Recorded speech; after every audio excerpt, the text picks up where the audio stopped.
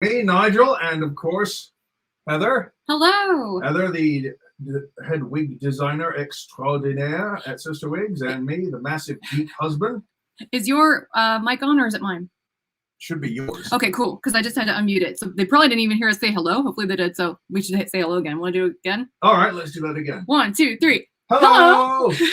Hi, it's me, Nigel, and my good lady wife, Heather, who is the head wig designer extraordinaire at Sister Wigs, and I'm a massive geek. Yes. We've already got a comment. Carla says, hi, everybody. Hi, Carla. Thanks for joining us. You're our first person to comment. And Barbara says, hola, everyone. And Hola. Liz says, hi, all. Hi, Liz. Excellent. Good. People are starting to trickle in. That is excellent. Oh, who else we got? Mary H. Hi, everyone. Hi, Mary. Hi, And Mary. Samantha. Hi, Hello. Samantha. And Stacy. Hi, Stacy. Hi, Stacy. And Sheila. Hi, Sheila. And Faye Ray. Hello. Nothing wrong. That's exactly right. Darn tootin'. Those are some of our favorite people. Exactly.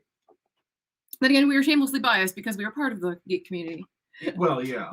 If only Exactly. if only you knew what Nigel has in store for you this evening, you would understand the depth and breadth of that comment. Yeah, this is going to be a deep dive, and believe it. Like I got to pivot the camera just a little bit to give them a little bit of look at toys. We've got geek stuff.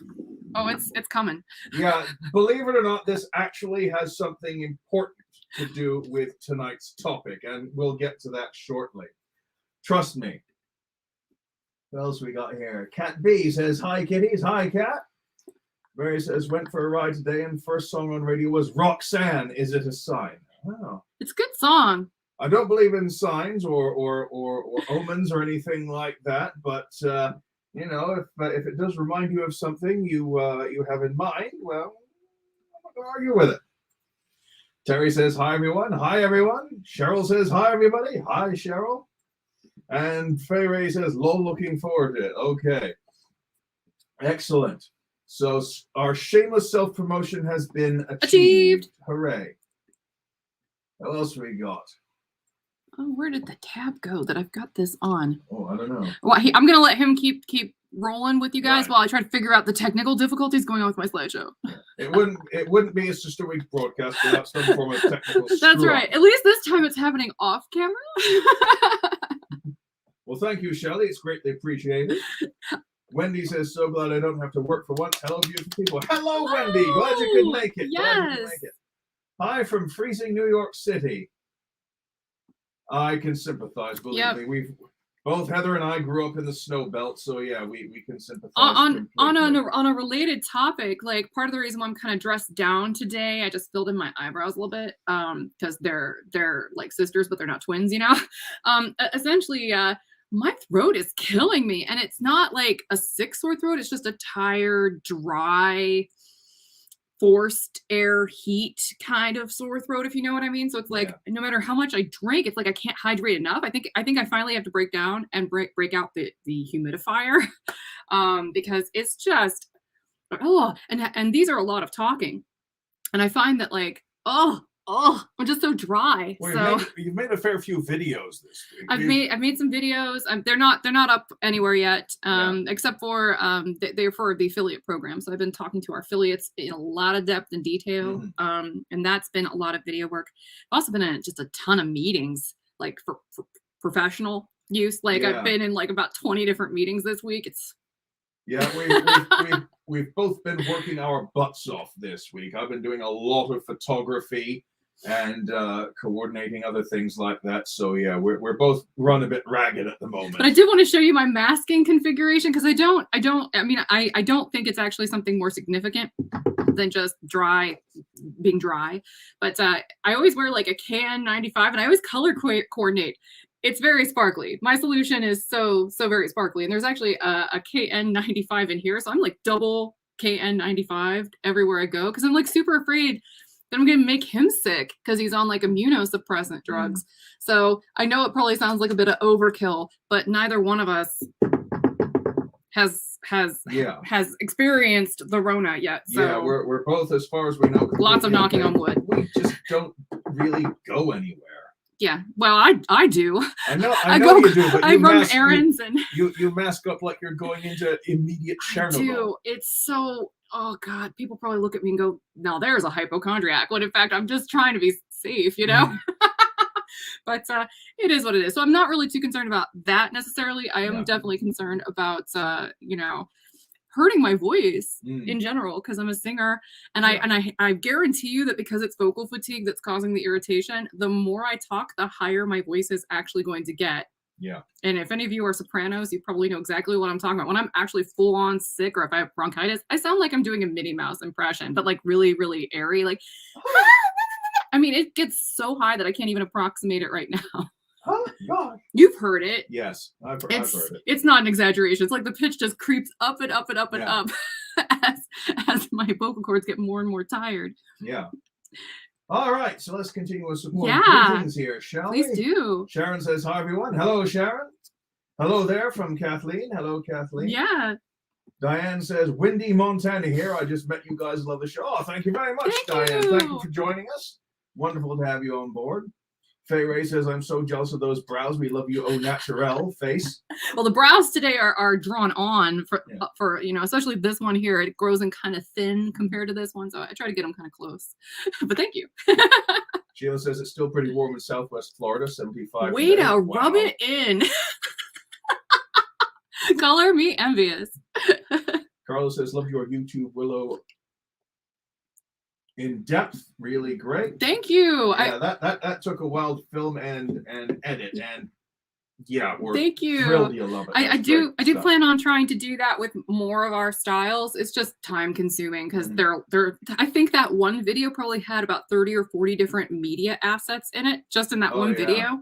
So seriously, it was so much media stuff that with the computer would frequently just say, oh fuck it, I give up today. Yeah, that's why it took so long. The computer was just like, oh, come on. Yeah. It's so hot. I know. But the thing is, I have like all Apples. Like I have all Macs. This is a MacBook Pro. I mean, Nigel is probably more sane. He has a PC. But like we're like such a cliche couple. I'm a Mac, he's a PC. No, it's the problem with Macs in general is that they don't put a lot of extra materials on the inside, including the cooling agent that helps keep the system the proper temperature. So after about the first year of having like a laptop, and maybe after the second year of having like an iMac or something, they stop being good at keeping themselves cool. And as soon as you turn them on, the fan just goes woo, like super loud. So and so if you have been a Mac person and you just thought it was you and your system, no, it's not. It's literally a problem across most Mac computers. I love them. I like their interface. I like the keyboard. I'm just comfortable with it, you know, but it's that's not my favorite feature. Like I don't want to have to feel like I have to like work in my refrigerator, which I don't recommend doing because the condensation will kill your computer. But I feel like sometimes like I wish my whole house could just be refrigerated so I could keep my own computers cool. But then again, I'm already a freeze pop most of the time. I'm cold blooded, I guess. I'm cold all the time, and so I don't see how that would make it better. Anyway, I'll let you keep saying the highs. I keep interrupting. Aw. I make you laugh. That's the important thing. Yeah. Cat B says, I drove through your area today. I have freight delivering in Orlando in the morning. Gorgeous here. Oh, I can imagine. Oh, let's see. Kathleen! Hi, Kathleen! Excellent. Cheryl says, ooh, where did you get that sparkly one? Sparkly? Amazon! Oh, I got it from Amazon, yes, and it's got a little filter that inserts in it, and it came in like a multi-pack. So I have this, then a gray one, and a blue one, and they match all the multi-pack KN95s I got in all kinds of colors. So I color coordinate them. It's a whole thing I do. Because I figure if I got to wear these things, it's got to be thorough, and it has to be very, very, very sparkly. Yes. Liz says, I'm so sick of my masks, and I have a bunch of them now. Yeah. I would really be a lot happier if they made, you know, like sci-fi masks that were medically sealed, you know, medical grade. masks that you could just wear about just for fun. That would be fantastic. Well, whose mask would you wear? What sci-fi mask would you wear? Something Mandalorian, perhaps, or maybe a Vader, perhaps, or something. Oh gosh, like that. do you know how many Darth Vaders Soundwave? would be walking around if that Okay, were possible? Soundwave then. Wig Daisy says, "Evening, everyone. Hello, Wig Hello! Oh, that's such a cute name. Wig Daisy's Hair Garden. Liz says, I'm a singer. It's better to pitch high, less wear and tear on our vocal cords. Agree. But that if I actually talked in the proper voicing, which is probably closer to my head voice, it's just so high pitched that I don't think people would take me seriously, honestly. I learned from a really young age, as I think a lot of American women do, to pitch down when they talk. Like, it's so bad that when people do impersonations of American accents, and any of you who are from outside of America, you can refute this or back me up if you feel like it. But, you know, like, I think it's really telling when Hugh Laurie wanted to approximate an American accent to do Dr. House. He lowered his natural speaking voice by like a full octave and just went full fry tone with it. And everyone was like, he must be an American. And every English person was like, you are so clueless. And then Americans like, why have I never heard of this great actor before? Yeah, but no, and then you watch you could hear the news cycle after like the first season that House was on, and they were like, oh yeah, he was in this show called, you know, Jeeves and Wooster, and like a bit of Fry and Laurie. A bit of Fry and Laurie. And Blackadder. He's very famous. He's been in other movies before. Yeah. But I mean, his voice got super, super low. And when you hear women approximating, like when you go to England or something, the voices are all high and kind of melodic for the most part, you know, and the people. With at least a couple. There are some exceptions, obviously, because everywhere. But if you turn on the radio, their voices are so soothing. And then as soon as you try to turn on the radio to listen to an American, it's like, I wish I were exaggerating. That's how a lot of people sound to me. They sound when they talk. It's just like, especially on podcasts, like a lot of the women on podcasts. I don't know if you feel this way, Liz, but it's just all the fry tones. It's too much. Well, ads, I find when you're watching ads on YouTube, oh my God. Oh no, there's this one that keeps popping up with Sophia Bush in it. And I'm like, why does this woman have a podcast? I'm sure she's very charming, but to hear that, it's like there's not a single thing that comes out of her mouth that isn't in a fry tone. Mm-hmm. If you guys don't know what fry tones are, you probably have no idea what I'm talking about. But it's that thing that people try to do when they're trying to sound like a Kardashian, I guess. Oh man. Please don't. Was this haterade? Is this what you made me, honey? Yes. Delicious. Made of water, artificial coloring, and pure spite. Weapons grade British spite. It says on here it's glazed lemon loaf. Is that what spite tastes like? Because if so, spite no, is that's delicious. That's the sweetener I used. Okay. Because revenge is so very sweet. But for real, this is delightful tea. Yeah. It has no, yeah. Stephanie says it's brutally cold here, wherever that might be. It got pretty darn cold. It dropped below freezing where we were last week during this past week. Hold on a second. By the way, Stephanie, don't actually tell us where you're from because you use your real name on here. I take it. Yeah. Don't do that because that's kind of know. I mean, don't give people too many details about yourself if you're using your real name as your screen name. Yeah. Okay, keep going. Sorry. All right. Oh, it jumped. Yeah, I just wanted to throw that out there as a little protect yourself kind of thing. As someone who also uses their real name on the internet. Dang it, jumped. Hang on a minute. That Nigel, that's such an eagerly shirt. We have them hanging out at our river. That sounds amazing. Heather and I were up at Lake Erie summer before last, and we saw a couple bald eagles soaring overhead. That was fantastic. I actually think it was last summer.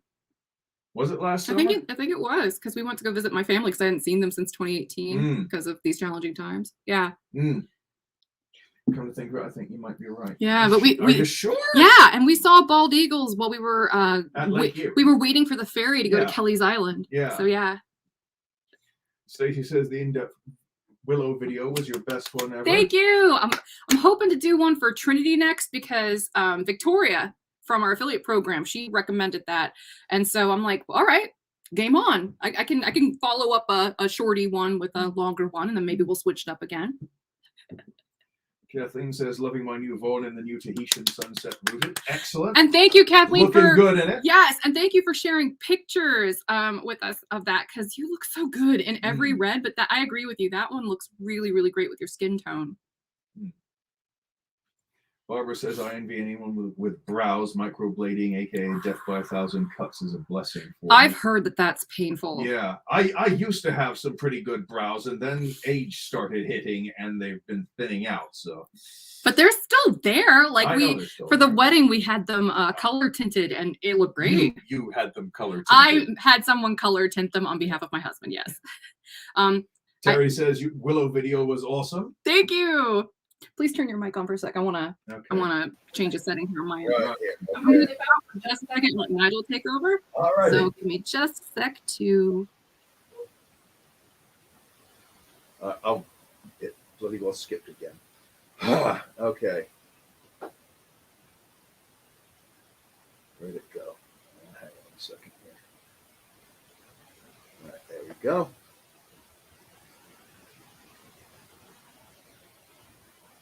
Darn it! Sorry, folks. The comments skipped. Just roll with it. The comments skipped again. I love the new shade for Vaughn that Kathleen has on in her photo. I need to put that color and Illuminati on Hair Kitty Kitty. That sounds good. Michael Jackson pitched his voice deliberately high to preserve his voice. Oh, it keeps jumping.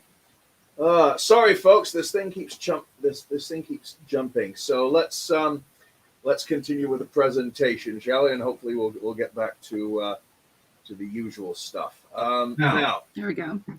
It says something about how the screen froze. I know that on my end it was being kind of glitchy. I think the Wi-Fi accidentally triggered itself, so I had to turn it back off because we have to use Ethernet to get in here. So I'm going to allow you to do the exact same thing because I'm seeing the lag on our end.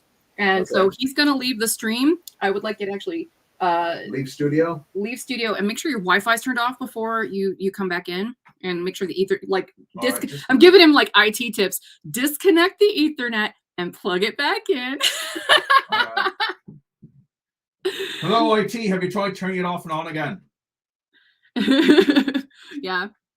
So while he's doing that, I will reiterate what the thingy at the bottom of the screen is saying. Like, as Nigel dropped, I believe, the S word earlier, we cuss a little, we drink a little, though I'm sticking to tea while my throat's kind of wonky.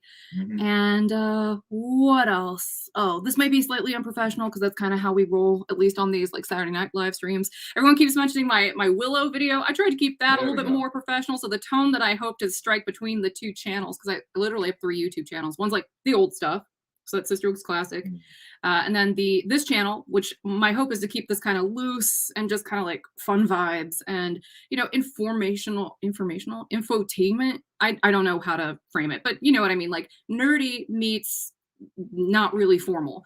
And then the main channel, I basically just want to make that like, this is our professional vehicle for the things that we make professionally. Hopefully that's coming across. All right, now Heather mentioned that she's just sticking to lemon tea with some honey in it and water and stuff like that. I'm not. So today's drink of the week, after we took a couple weeks off for recovering from post-Christmas and post-holiday indulgences, I'm calling this a tropical strawberry pie. Now, this one's very simple. Just get a nice mixer glass. This is a slightly rainbow-tinged one from Marks and Spencer's, which is a British shop. This is Svedka Pure Infusions Strawberry Guava Zero Sugar Natural Flavors Vodka. I'm going to keep my mic on, but mute my camera so that way you're on the whole screen, okay? Okay. Please let us know if I'm still coming through on this. So, I don't know, slug of this. That's good. I love your very scientific measurement strategy there. I go by the excellent, thank you, Faye. Right? I go by the Nanny Og measurement of the sun. Take some booze and put it in a cup, and then add some Trader Joe's rhubarb and strawberry soda. We do like that stuff. This is good stuff. This Yeah. is good stuff. So you got the strawberry guava vodka. For someone with natural roticism, that's a pain in the ass to say. So anyway, strawberry guava vodka. Enunciate, people. And the Trader Joe's rhubarb and strawberry soda. It's crisp and refreshing. And that's it. To be honest, I haven't tried this combination yet. I tried the individual ingredients separately last night, mainly to see if the pop was still viable, and because I haven't tried the guava strawberry vodka yet, so I figured better try them before I try mixing them. So here we go, tropical strawberry pie. Oh, hi, Jamie. Oh, we gotta say hi to some Jamie people. Ward. Wait, how's the drink? You Mm. can't leave us in suspense. Yes, it's tasty. It's strawberry-y and Can I have tart. Have a little quick? taste. Have a little taste. Here, I'll turn my camera back on. I gotta say that. Whoops. I gotta say, I froze. Oh, brother. Have I unfrozen now? Yes, it is quite good. It's decent vodka. We pay for like super duper duper high speed internet, and we're both plugged in directly via the Ethernet. So my suspicion, if it's a little glitchy, my apologies. It might be something like in the area, or maybe they're working on the lines or something. Yeah. Okay. But we're gonna keep powering through this anyway. My apologies if there are any glitches, and keep letting us know, because we are gonna try to keep an eye on our end. But I'm beginning to think that it's mainly out of our control kind of thing. Yeah. You want to say hi to some more people? Okay. Let's see. Because we got some good comments coming in. Well, let's see. Where have we got here? I have to drive 3 hours to reach a Trader Joe's. Oof. Oh man, that sucks. Sometimes it might be worth it though. Yeah. Jamie says I'm here. Made it. Excellent. Glad you could join us. Yes. Someone said, "Oh yeah, all these things skip down." That's so okay, honey. I'm Just keep skipping some of going. Unprofessional Heather is my favorite Heather. Yay. Mine too. He actually bought me a shirt, and I think I wore it in one of the live streams for my birthday. He bought it for me that says unprofessional, right? And I'm like, it's right here is where the lettering is. I'm like, yes, my boobs are very unprofessional. Thank you for asking. That's just the way that the customization. That's worked just out. the way my boobs like to roll. They like to roll unprofessionally. Excellent. Good stuff. Jamie says Trader Joe's is only about 30 minutes. I need to go. Yeah, we are the lucky types, Jamie and you Yeah. and me. About and Nigel. what, 15 minutes? Yeah, it's super close. Barring traffic. Yeah. Delightful. Yeah. Question is, will they have in stock what you want? The answer is usually no, and then I find 50 other things to buy instead. Oh no, they don't have the exact type of smoked truck we want. Oh, but here's some vegan caramelized onion dip. And Their all kinds of vegan stuff. food selection is small but mighty. They have yeah. they have some excellent vegan food. I mean, as someone who's allergic to dairy, oh man, lifesaver. Yeah. Except for some of their fake cheese, because that's made with cashews and I can't have that. But they have either. really good vegan tempeh. I don't know if you've ever had it, but it's really good. I always try to like find excuses to insert vegetarian proteins in the mix once in a while, because I feel like that's like good for the environment or something. Yeah. But if not, it'll be good for my digestive tract. Yeah. Barbara says you're lucky to have access to decent upload speed. If I want to upload even a short recorded video here, it would take all day. Well, that's why that's the way we used to be in where I lived in England. We finally got broadband plumbed in 2012, and it used to take me about half an hour to watch a 4-minute YouTube video in like 1.5-second bursts. Ugh. I would say, as like a little tip to anybody who wants to be a content creator or is a content creator, and if you are stuck in a position with low download speeds, I mean, try talking to your internet supplier first about like what your options are. And if that is something that is just like, let's say you live in the middle of nowhere. Like I travel a lot and still make a lot of this content. Like I've gone to visit my mom, who up till very recently didn't even have broadband as an option. So that was a challenge. And when I was in England, the speeds were very hit or miss and substantially slower than what I get currently in this house. Yeah. And I just had to really plan around that. Like that's why I made a lot of color spotlight videos whenever I was traveling around to those places, because they're shorter. Yeah. They're shorter videos. I could shoot them in like 1080p instead of shooting them in 4K. And I just keep them short, so that way, you know, before I go to bed at night, I kick off the upload, and usually by the time I wake up, it's done. But it's agonizing to try to initiate that kind of upload in that kind of circumstance, and to just go, is it done? Can I use my computer? Is it safe? But if you just plan it to upload overnight, you're usually okay. Yeah, I mean, the funny thing was, last week, I've been on Facebook, because I'm also in and out of all the Sister Wigs Facebook accounts. It says, we've got memories to share, and I've got memories going back several years of like every time around this year, our phone and internet would cut out where we lived, as because they're doing something to the system just outside our street, and pain in the ass.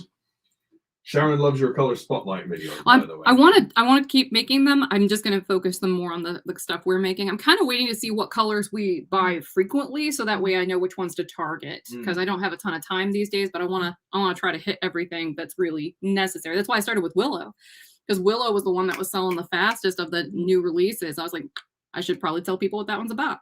Yeah.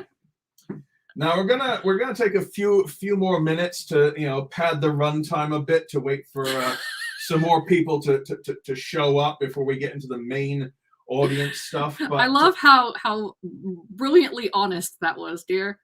We should talk about your shirt, because I think it was Faye mentioned your shirt. Mentioned the shirt. Okay, my in-laws got me this shirt.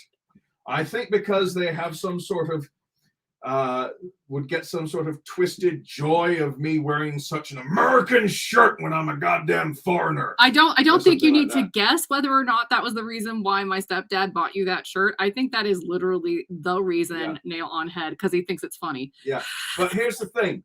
I like birds. I'm a great champion of endangered species, and up till not too long ago, this was an endangered species.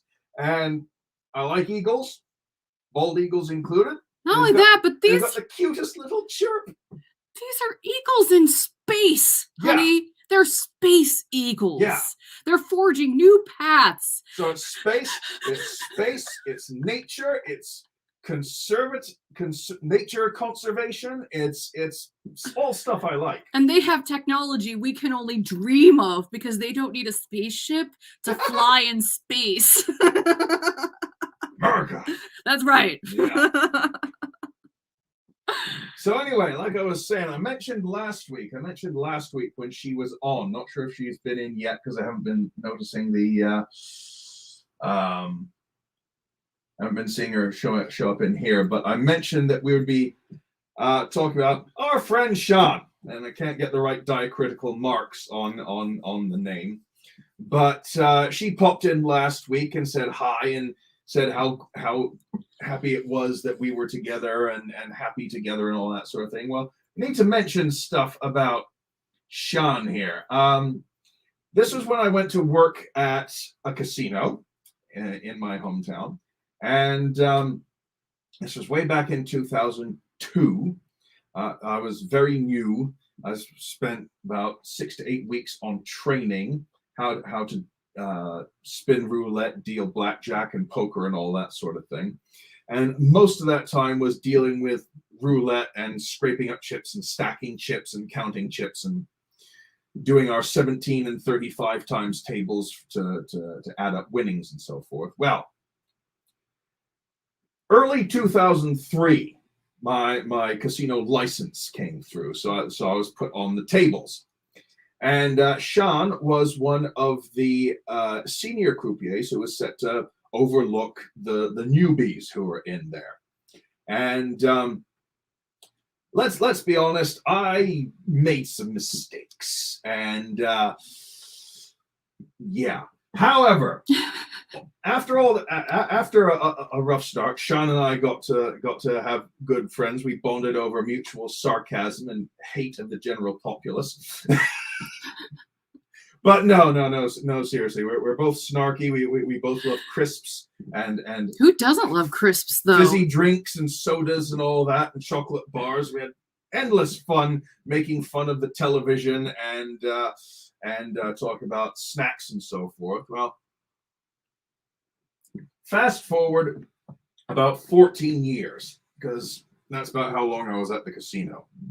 All right. And, well, not quite 14 years. This was back in 2015 when Heather and I started.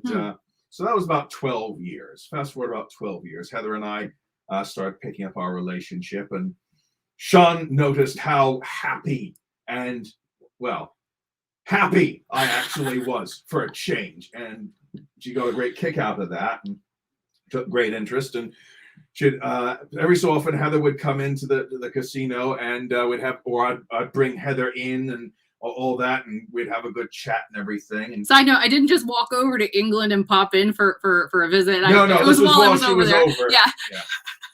Anyway, here's the thing. Once we got there, once we were doing that, we got the people at the casino got to know that I was in a relationship, all right? And then, because I mentioned it, and they met Heather and talked to Heather and all that sort of thing. And they knew we were making plans to get married. Now, sometime towards when we were planning to get married, we got a new general manager who we will call Brian. And if Sean is watching this in the replay or whatever, I know she's laughing at Brian because it's an inside joke between us. But yeah, Brian knew that I had been in a relationship and was planning to get married. Okay, he knew I was planning to go to the States and get married in December of 2017. That was the plan. So everyone in the whole casino, everyone who worked at the casino knew I was planning to get married in December 2017. Talked about it a lot. Everyone knew it for a while. So about a month or two, about 2 months before, ready to fly out to the States to have the ceremony, I put in for some time off from the casino so I could go and get married. Brian said no, I couldn't have the time off, but he didn't tell me himself. He called Sean in and told her that she had to tell me because we were both working in the cash desk at the time, and Sean blew up at him. Rightly so.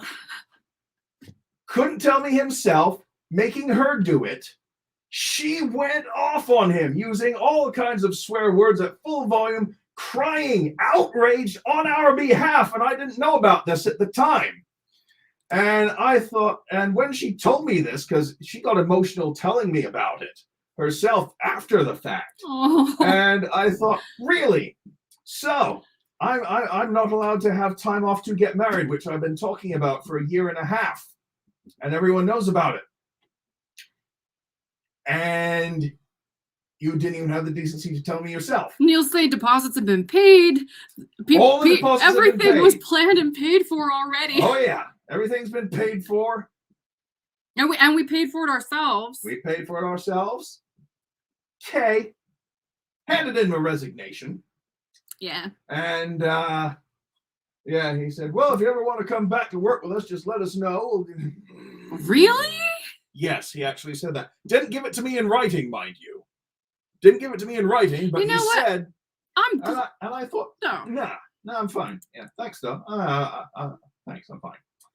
So, yeah, when I heard that, oh, man, it was just unbelievable. That's why I no longer work at a casino, why I never want to work in a casino again if I can possibly help it.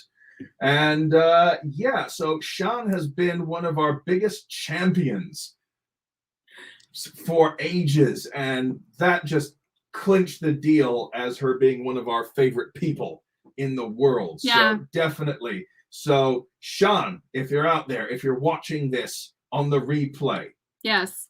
from the bottom of my shriveled little evil heart, thank you. Yes. For being a friend. And Yes. I can't believe I just quoted the Golden Girls. Now you gotta drink to song. Betty. You gotta drink to Betty. It's like To peer Betty. pressure. Peer pressure. To Betty. For Betty.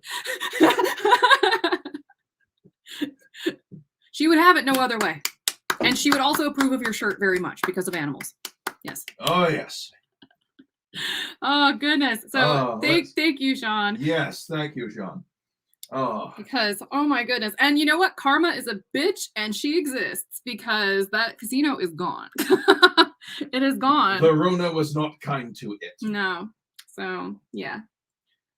Fight Ray says, look up 3 Wolves t-shirt on Amazon. It's reminding me the space bit is better. Oh, That I'm looking sounds this good. up right now. Oh, Hold excellent. on. Thank you. 3 Wolves on Amazon. Because if it's real cool, I'll share the screen. Kathleen says, like this with me with wolves. I will rock shirts like that. Well, I like wolves too.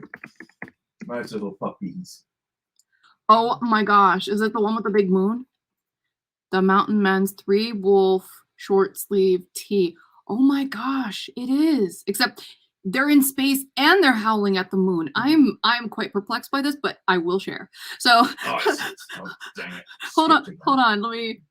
You don't have to announce it every time it skips. I'm sure they will forgive you. No, I just want people to know that if I accidentally skip your comment, it's not because I disapprove of it or I don't want to give you time because you made the effort to be here and comment and interact with us. It's just these bloody things keep skipping. I'm just telling you, be nice to yourself, honey, because That's spectacular. Yeah. Puppies going, Oh, that's so cool. Nice. And I love the big happy moon. Yay. Moon. You'll like that. I know, and it makes me want to put that in your cart. I know, a little bit. It's so cool. Holly says that's how the best friendships are forged. Definitely. Snarky Nigel is my favorite Nigel. Thank you, Wendy. I literally tell him every time he's being kind of bitchy, I'm like, I love it when you're spicy. She does. Yeah, especially when we're watching RuPaul's Drag Race together or something like that. It's like it kind of rubs off on him subconsciously, and he doesn't get like more femme, but he definitely gets slightly bitchier, and I kind of live for it. Oh, definitely. It's like that British dry kind of bitchiness. It's delicious. But again, I'm shamelessly biased because I'm married. Yeah. Him because I like that. So. Hi, Serena. Hello. Ocular pat down. Oh, that's fantastic. Oh, yes. And cringy.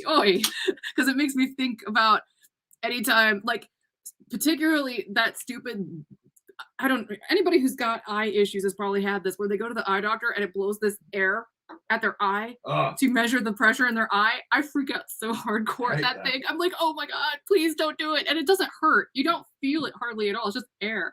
But yet just the anticipation of knowing that it's coming is like sheer torture. So your username makes me think of that, but It's funny. I love it. Right.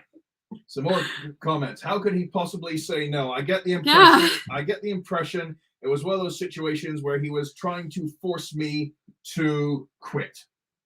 Honestly, get that, because the guy, Brian, he's basically well known as an axe man. They bring him in when places are going to get closed down or amalgamated or fat gets trimmed, sort of thing. Yes, Sharon, it's crazy. Yes, Jamie, it's horrible. Yes, Holly, it's insane. Yes, Stacy, it's despicable. Yes. Absolutely. Let me delete this spam. There we go. That is awful that they did that. Yes, it is. Yes. Good on you, Sean. Yes. Thank you, Wendy. Definitely. Sean, yes. Julie, to Betty, yes. Huzzah for Sean. Yes. We agree completely. And believe me, when this episode happened, there was ranting and raving involved. Oh yes. Yes. Oh, definitely. There was there were some terse conversations about the subject back and forth. We were like, the fuck? Really? Yeah. That's low. Yeah. Betty would have thrown in some colorful language too. Correct. Yes. Oh yes. If you've ever watched the movie Lake Placid, that is That spectacular. would be so good. First, It's like first peak time Betty. I've ever heard Betty White swearing, because I haven't seen her in much, but my God, she had a mouth on her. She. I'm gonna use present tense because the spirit is still among us. So like, yeah, you know what I mean. Like, she left a legacy that's still very much present tense. So, but yeah, she. What? Holly said, "You guys howled in my lap." Charlie joined in. Oh! Yes, I love labs. They're just like such good boys and girls. They're great dogs. They're pretty easy to get along with. Yeah. Apollonia says hi. Hello. Okay. Right then. So I've got a couple thingies to talk about. Can I get into that and then give it back over to you? Interject, my treasure. Okay, I got a couple things.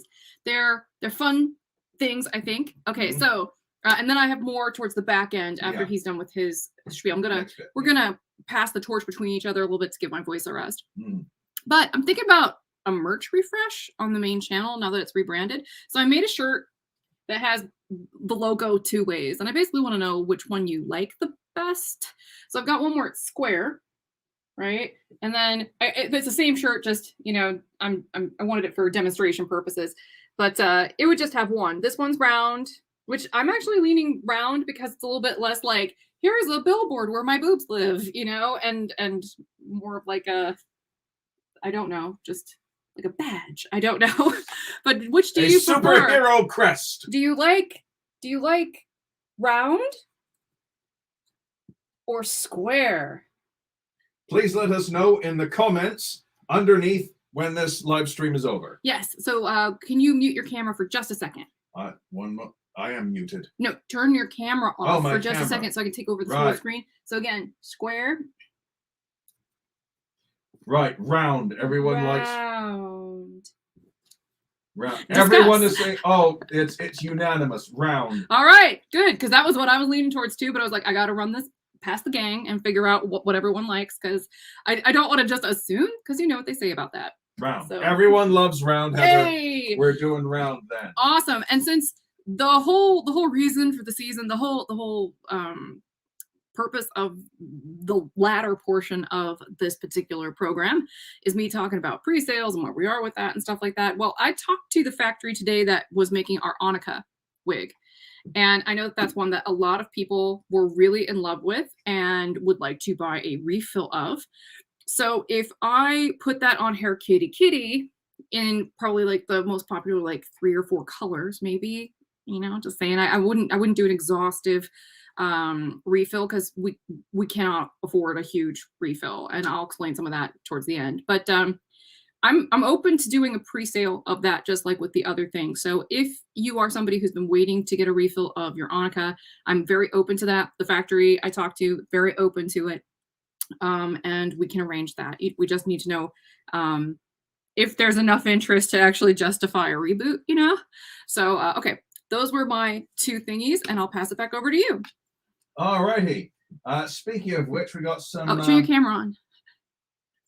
There you go. Right. Speaking of which, we got some bookkeeping to do now. Last week, when we were talking about the possibility of getting some new wigs in, we asked you to vote on each other's comments underneath last week's live stream, so we can get an accurate tally of what kind of products you're interested in. A lot of comments, great to see, but what we really, really need is for people to thumbs up the comments, the suggestions they like, so that we can count, and the ones that get the most thumbs ups. Yeah, don't thumbs down, because that's mean, but the most thumbs up. The most thumbs up will get the considerations for what might get made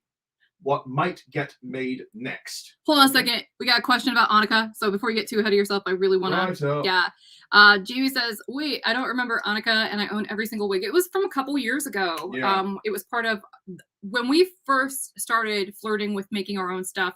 This was the first iteration of that, and it was the first thing we launched from the first iteration of it, and that was from our signature line. Now, the issue with that line is it had a lot of hand-tied elements. It had a hand-tied lace front, it also had, and it was a good lace front, and it had a monofilament top that was fully hand tied. And the more monofilament you have on a wig, the longer it takes to make it, and the more expensive it becomes, obviously, because that's a lot of labor to hand tie little tiny strands of hair like that all over that big of a space. And so, you know, we basically put that idea and that factory and that line, even though it only had like 2 pieces in it or something like that at the time, we put it to bed because of the manufacturing timeline. And then we really honed in on what became the Sister Wigs limited collection, because all those wigs are machine made. We can make them faster. We can make them in higher quantity faster because they're not like super high-end ritzy wigs. But, you know, I like super high-end ritzy wigs. I like all wigs, you know, it's kind of my thing, as you probably noticed. But I do really like the high-end ones too. And so that's why I thought maybe we would reach back out and see, you know, how long it would take. And it's still going to take about 6 to 7 months for these wigs to come in once we actually place an order. So if people are okay with that, then awesome, we will roll with it. But I mean, the part of the issue, as I will explain towards my presentation portion, is that we've got a lot of inventory already. So I don't necessarily want to tie up more money in inventory until we sell some of the stuff we've got. But if you guys would like to reserve one, then we take that money, we make the wigs, it happens a lot faster. So, all right. I won't get too deep with it now because I'm going to talk about it a lot bit more later. So Nigel, you can go ahead and take over again. All righty. So yeah, if you folks would be so kind as to check out last week's, why am I pointing behind me? It's not there. Last week's live stream, and if you want to comment, fine. But it would be really great if you could vote for the ones you wanted with a good thumbs up, so we got an idea of what is popular and what people would really, really like, and what might get made next if all goes well. All right. All right. Now, tonight's main topic, and we'll get to this shortly, is pre-orders for Willow in Cocoa Swirl-R and Leighton in Queen of the Night-R. But before we get to that, we have a relevant story. Hold on, we got a relevant question I got to stop you before you get into it. This is actually a really, really, really good question from Wig Daisy's Hair Garden, which again is an adorable name. I love it. Okay, so many of these comments from the last live stream, so you're still kind of on that topic. So many of those comments were multiple wigs and colors within the comment. Do we thumbs up or reply? I think replying and then, you know, seeing if isolating the one you like gets the likes. You know, we'll kind of figure it out as we go. But yeah, it'd be great if the conversation would kind of lead in that direction. So I think conversation is the solution to narrowing things down, as long as people don't add more suggestions. Kind of try to help us with the intention of editing out the ones that are really, really good so we can really focus on them. Yeah. Because we got a ton of suggestions and there were a lot of really good ones. So our cup runneth over. We need your help. Yeah. Oh, Serene is Willow is heading to the opera tonight, so I can only pop in from it. Hi, Serene. Hi, Serene. Serene is an absolute blessing for our social media. Yes, and by the way, I'm going to give you a shout out in a little bit. So yeah, which opera, says Stacy? Good question. So you might want to watch the replay, like towards the back end, because yeah. I will definitely be saying some nice stuff. Right, exactly. Okay, so tonight's main topic is pre-orders. Like I'm saying, Willow and Cocoa Swirl-R and Leighton and Queen of the Night. Now, there is a relevant story to this. Okay. Let's talk about. I'm going to give you the full screen again. Right. Okay. Please let us know if you can't hear me. Oh, my mic's still on. Go ahead. Okay, good. Right. Okay, just in case, you know. Okay, here's the deal about the dangers of pre-orders. Now, the thing is, if you're buying these wigs, if you have more than about 3 or 4 wigs, you might be what is termed a collector. Now, I'm gonna get some tea. Some people honestly do admit to being wig collectors. They have vast amounts. I'm a wig collector. Heather's a wig collector. Yeah. So anyway, collectors, we do have the FOMO, the quote, the fear of missing out, the FOMO. And now I don't collect wigs myself. For a long time, I mean, since I was a very small child, I resemble that remark, says Serena. Yeah, I get you. I'm a wig hoarder, says Serene. Yeah. Anywho, so since I was a small boy, I've always been collecting action figures of various things. Now, what does Oculus Orbis have to do with it? Well, back in 1986 or 7, Antoy, which was a subsidy of, I think, American Greetings Company, and had a design outfit in Cleveland, referred to as Those Crazy Guys Out of Cleveland, or something to that, came up with the idea for Mad Balls. Now, this was hitting during the gross out period of, sorry, I said muted there, of little rubber balls in disgusting monster type forms. Here's an example. There you go. There used to be little balls with disgusting monstery type things, stitches and oozing slime and exposed brains and all that sort of thing. Well, I didn't really get into them because it just wasn't my thing. But there was one I always wanted, and that is Oculus Orbis here. All right? Because it's a very bad pun on eyeball. Oculus Orbis. Eyeball. And that's all he was. He was just a big bloodshot eye. Nothing terrible about that. So I thought, excellent. 30 plus years go by. I never get a chance to get one. I either don't have the money, or they aren't available, or they're ridiculously overpriced. So anyway, finally, in August of 2020, a company called DNA Designs, through a website called Megalopolis, offered new Madball items. And they were based on the Madball action figures that came out. They look like that. They took the original balls and made them heads to little articulated bodies. Well, the first one, in the first line, was Oculus Orbis, the one I always wanted. So I had the money left over. I had the money left over from my birthday. I had the time, because I'm not employed for reasons, and I had the opportunity. So I placed the pre-order. Now, yes, of course, Goulardi. Damn right, Goulardi. Anyway, I placed the order for this little fella. And I waited. I waited for this bloody thing. Now, the original delivery date was supposed to be February 2021. Keep that in mind. February 2021. Orders taken in August 2020. Delivery promised February 2021. Okay. August, September, October, November, December, January, February. About 7 months. Okay? Now, February came and went. No sign of this guy. So about midway through March, I wrote to them and said, hey, what's the deal? And I got an email back saying, well, you know, COVID and everything, factories are understaffed, everything's understaffed, there are going to be delays. We're thinking that it will be a July delivery. Okay, July, I get that. Because since I started helping Heather out with Sister Wigs, I have come to understand how these challenging times have put a delay on everything, sometimes doubling or even tripling production time. So July rolls around. No sign of 00 here.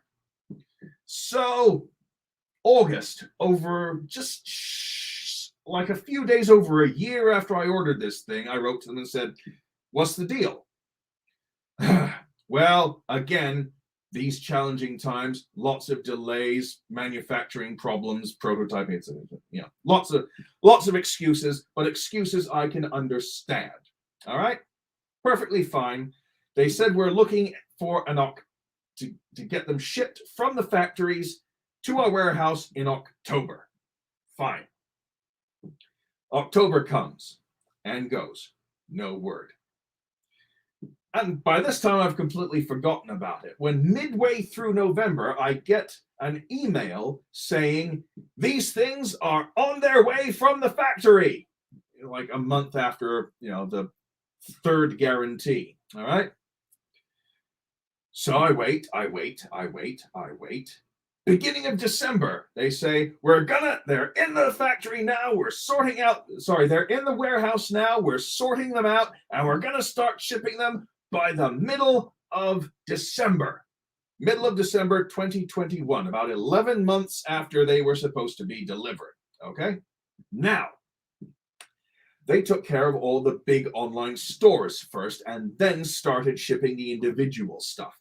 So, end of December, I finally get a shipping notification for this guy. And on the 6th of January, nearly a full year after he was originally promised and over a year and a half since I placed the order, I finally got my little Holy Grail collectible Oculus Orbis. Okay? What does all that shit have to do with our topic today? I'll tell you what. You see, small companies really put their necks on the line when it comes to pre-orders because things like delays happen, prototypes coming back wrong happens, like with Queen of the Night. It was supposed to be lilac honey, but they got it backwards. But it turned out great, though. It turned out great, but it was wrong for what we originally had. Yeah, okay? it did take longer to get the one in lilac honey because they had to basically start right at the moment I pointed out they made a mistake, but that's all right.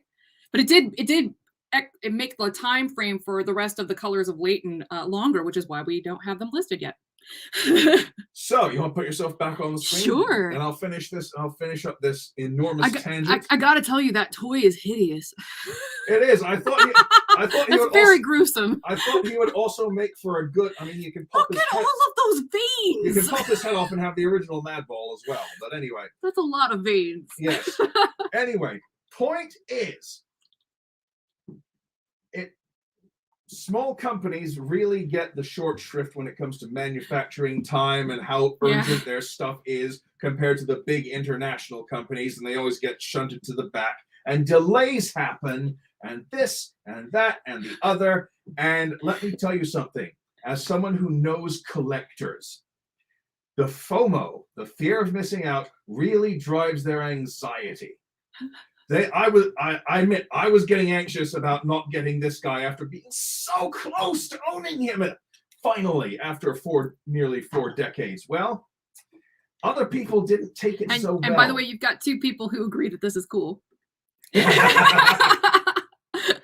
He's available on Big Bad Toy Store if you want. By the way, Big Bad Toy Store, I want a kickback for that. Or free goods. Thank you. Yes, send them that with a timestamp, Nigel. Yes. Anyway, so here's the thing, okay? The Premium DNA is a small company. Megalopolis is a small online business, right? So fans were blaming them, and they weren't just blaming them for the delays. They were accusing them of bait and switch. They were accusing them of stealing money, of fraud, of all kinds of stuff. Yeah. And I mean, we ended up with a product, okay? These are available now.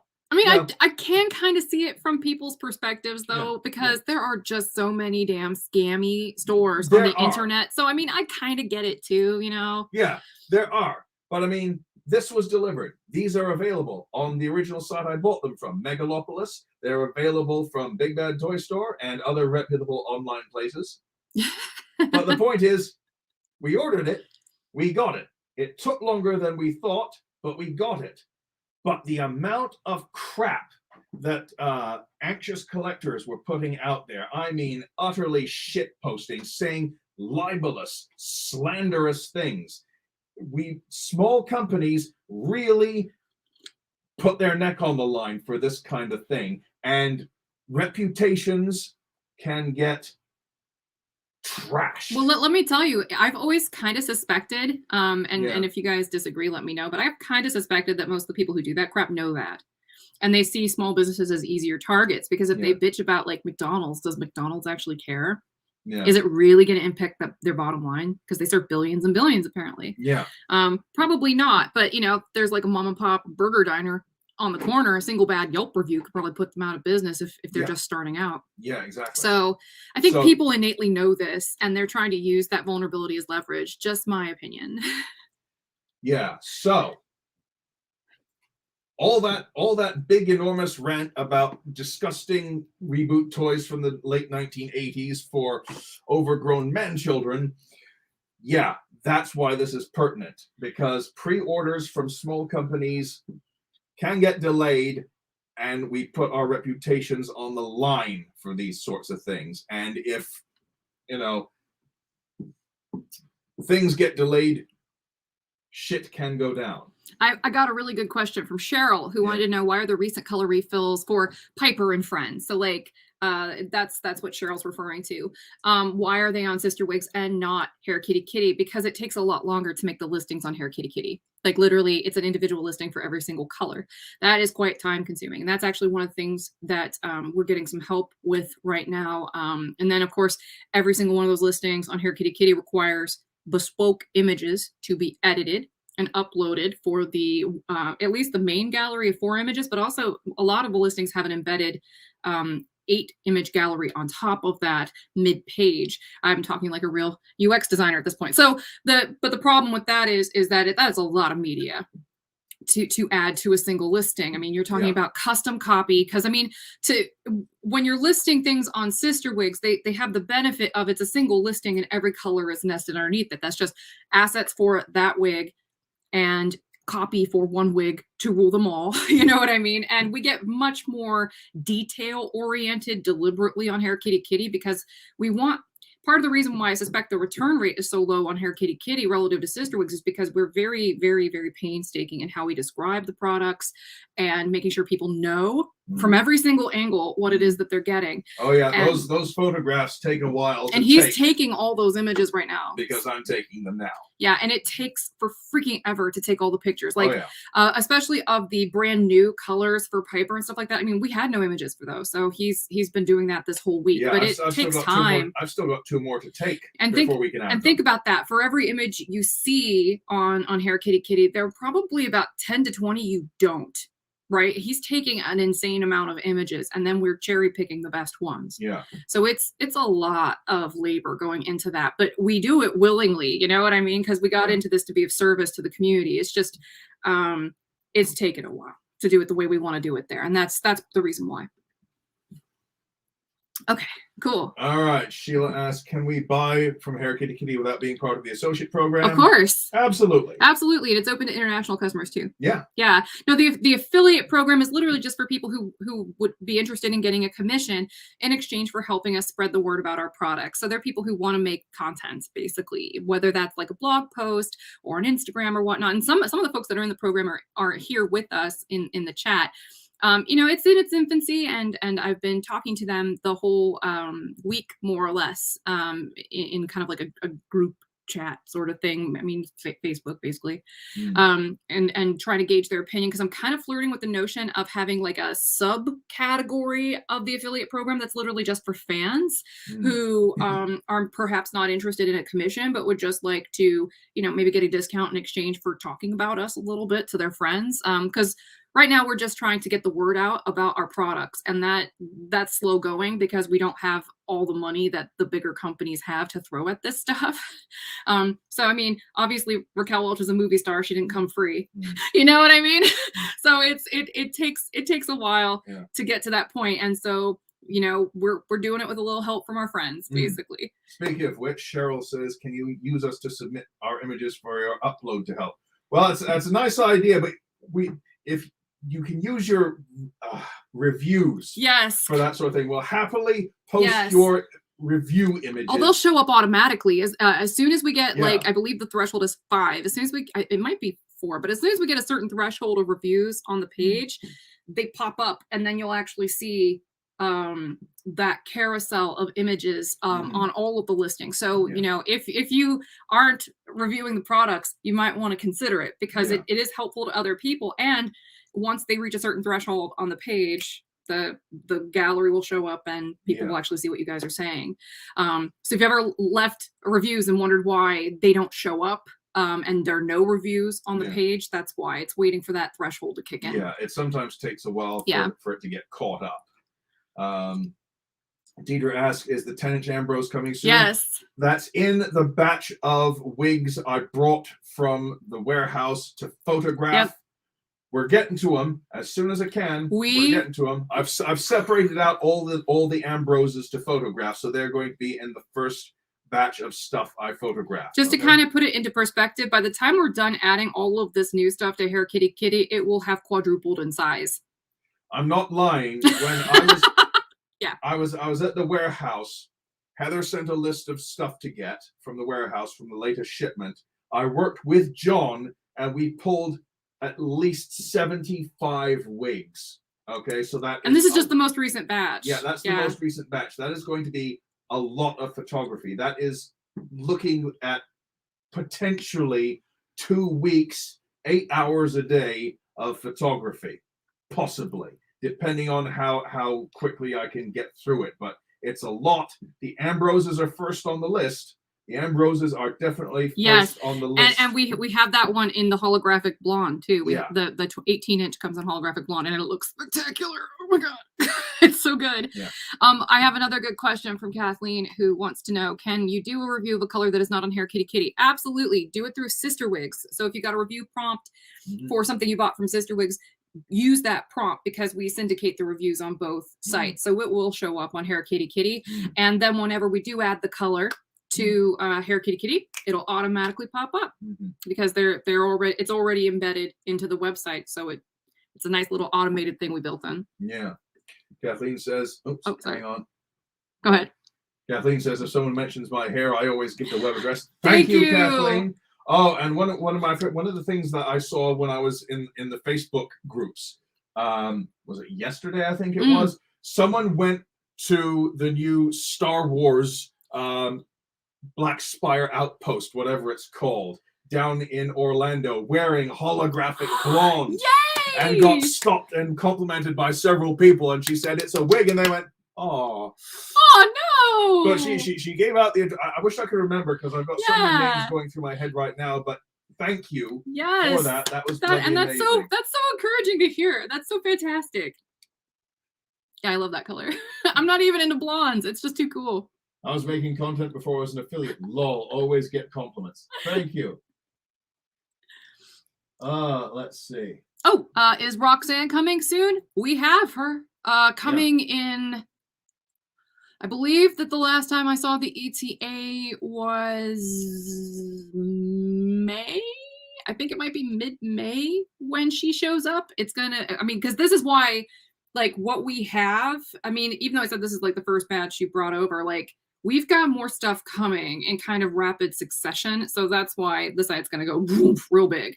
So I actually asked John to get some like temps in place to try to help us with this listing project, because at this point the scale of it's getting pretty crazy. Yeah. Yeah, but yes, it is coming soon, and we also have another one called River that is coming in the same batch. Both of those are going to be monofilament side part wigs. Well, no, Roxanne's a monofilament side part wig. I believe the part is on the left, I want to say. Yeah. And then the, I'd have to check my records, but I'm pretty sure that one's on the left. But I know that the one for River is in the center because it's just a really long, flowy mermaid wig. I literally created it to be kind of like a mermaid wig. And the first color I actually tested it in was literally Mermaid Kisses. It just took a while to get the prototype for River right, because the part, it was like for a while, I couldn't make up my mind if I wanted it in the center or on the sides, because I never really use a center part because I have kind of an asymmetrical face, but it really looks best with a center part. So that's why we ran with that. But it took me a while to make up my mind.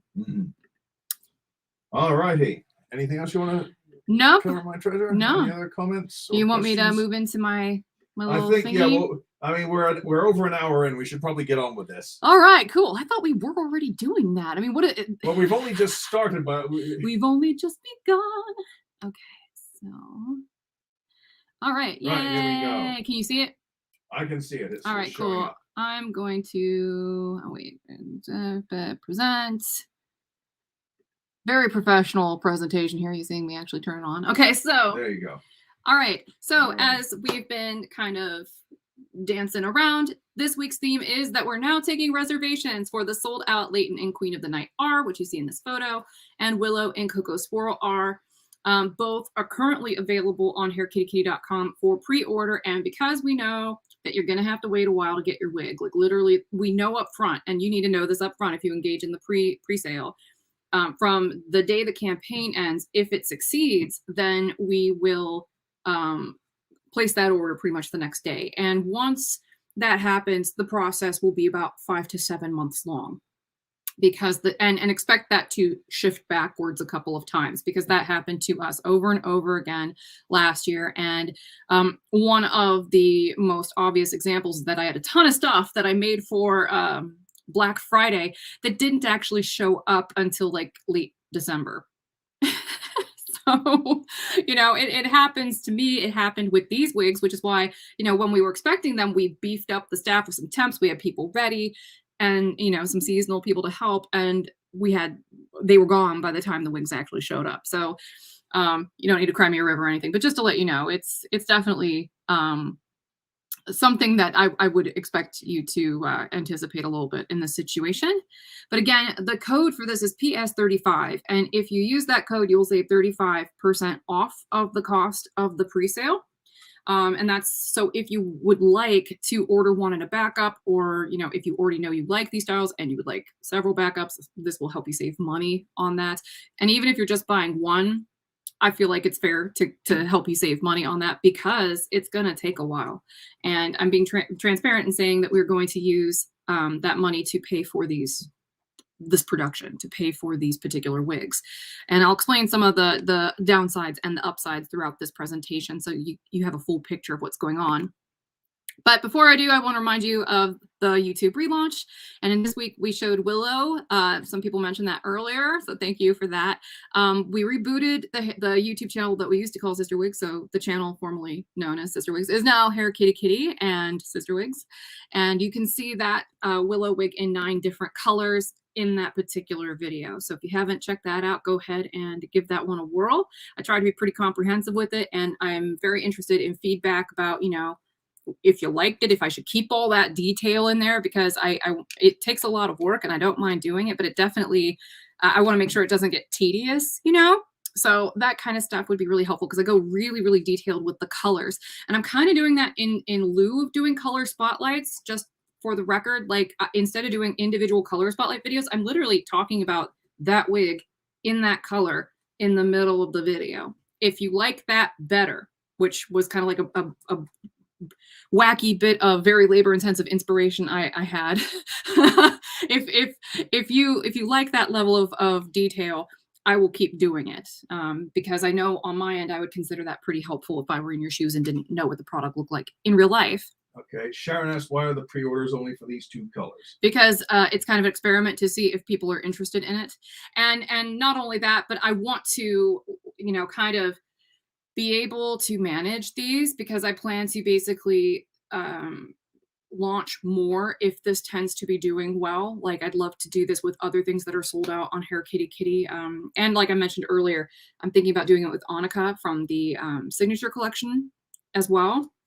I just need to kind of make sure I'm not overextending myself and my own ability to keep up with a bunch of different orders all going at the same time. Because if you think about it to its natural conclusion, what we're doing, like basically we're going to have these 2 orders potentially that we would be placing at the same time. But then, you know, if I launch more pre-sales next week or something like that, I mean, that's order after order after order after order if these pre-sales actually do what I'm hoping they'll do.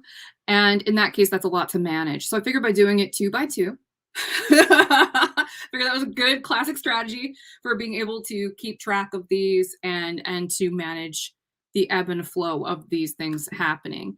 And I'm going to try to group them by factory, because I work with 3 different factories. So I want to make sure that, you know, I'm able to keep track of this the whole way through. This is probably boring, but just, you know, it's for my sake, so I can actually manage this properly, because otherwise it will become a nightmare. and the thing is, like, we don't have a big staff. It's literally like me. Nigel helps out, but he's not technically an employee. Yeah. It's John. We got Jamie. Got Kathleen. Cliff. I think that's it. So we're like a Yeah. really Enrique. Enrique. Enrique, Yes, bravo. Enrique. He's amazing. So last but not least, Enrique. So yeah, we're a very small team here. So I wanted to make sure that it was something we could actually keep up with. So, but that's all on the original channel that has since been rebranded. And we've had, as has been previously referenced, a massive restock that is on Sister Wigs because it's easier for me to list them there. So it's Piper, Honor, Grayson, Ambrose, Felix, and a whole bunch of others came in, and Nigel's taking pictures of the rest. So if you don't see the picture of the color you're interested in, just know he's been working on that all week. Yeah. So Victoria Janice asks, what are the key styles you have an abundance of so we can try to promote these more? Oh, yes. That's an excellent question. Well, these all came in stock, and so we have a ton of these. They're all in. They're all in. We just don't have the pages up for most of them yet. That's a great idea. Can you make a note of that, honey? We should basically like do a little bit of a deep dive a little bit for our affiliates, and maybe put that information like on the guide page or in the Facebook group or something. So that way, here you go. No, I'm going to use the note. Oh, he's going to make a note for us. And we'll look into that a little bit so we can give you more like accurate information than me just like guessing and saying, go look at the site. But as I noted at the bottom, we are adding these to Hair Kitty Kitty as time permits too. That is a work in progress, and we're plugging away at that quite diligently. Oh, and Kenna, want to give a shout out to Kenna because she's helping us too. Kenna's an absolute gem. They write excellent copy. So just a reminder of what Nigel was saying earlier, this is the video he was talking about. This is last week's live stream on this channel. And this one was where we introduced the concept of crowdsourcing. And I tried to ask everybody to brainstorm and tell me what you'd be interested in seeing. So please vote on each other's suggestions in the comment or the replay.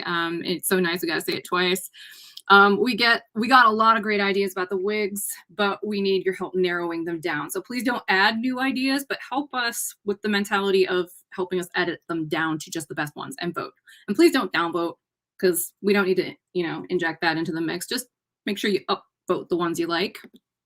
And so again, please visit last week's live stream, read each other's comments, and vote via like for all the ones you'd be interested in. And just so you know, this is a really great system, voting for everything that you like, because your first choice may not get picked, but if it is something that you ended up liking anyway, you'll still, have had a say and feel good for the experience. So again, a gigantic shout out to Kathleen, Serene, Erin, Jamie, Kenna, and Enrique. I remembered him on the slide for helping us during this transformation process where we're trying to emphasize Hair Kitty Kitty in spite of how granular and detailed that information is. And this is a natural stopping point. Do you want to say anything before I go on? Right. Let me see. Where are we here? What have I got here? I haven't got anything in the banners, so I think that's a good point to take some quotes. Liz says she went back and liked again. Did that last week because you told us to. Thank you, Liz. Thank you. Yeah, the suggestions have been trickling in over the course of the week, and for several days I was writing up a training document for Enrique, the fabulous Enrique. Yes. So he could Enrique, help. bravo. So he could help do this, and that took up like 3 days of effort because process documents take a long time, especially if you've got to do screen captures of where everything is. So some of those have been approved only recently. Yeah, so. and there are like over 60 comments, and as somebody mentioned earlier, a lot of those comments have like tons of suggestions in them. Some of them, you guys are so detailed. I love it because it gives me so much to work with. Like some of the answers we got were they were moving in some cases. Oh, yeah. You know what I mean? Like they're like essays and very personal, and it's so touching. Fantastic. But stuff. it makes it a little bit difficult to hone in on what everybody likes, though. So I understand what who was it? I believe it was Wig Daisy who said that should you narrow down in the comments, the replies comments to one of these really long ones, which idea you like the best, and then vote that. I think totally, because that isolates just that idea instead of like if they had like a bunch of them in the same paragraph. I mean, it would definitely be helpful to know which one you're liking. Yeah, definitely. So yeah. Serene says, let's do a post on Moon Kitty Mix It to remind our members to vote. That's an excellent idea. And Wig Daisy said, let people know they can use Shop Pay installments for the pre-orders. Yes, you can. You absolutely can. And again, you can get 35% off right now with PS as in pre-sale, you know? So if you have a problem remembering that, that's what that represents. So PS 35, save 35% off of it. So that way, you know, there's a little bit of an incentive in form of savings to helping us make these wigs. And it basically not only does that, but I think it's really cool because it's a way to really hone in on the stuff everybody likes the best. You know, that tells us what kind of stuff to make more of in the future as well. And that's why I chose these two styles, because we got a ton of requests from y'all. We got 40 different requests for Leighton, more than 40. And we got over 30 for this Willow and Cocoa Swirl-R.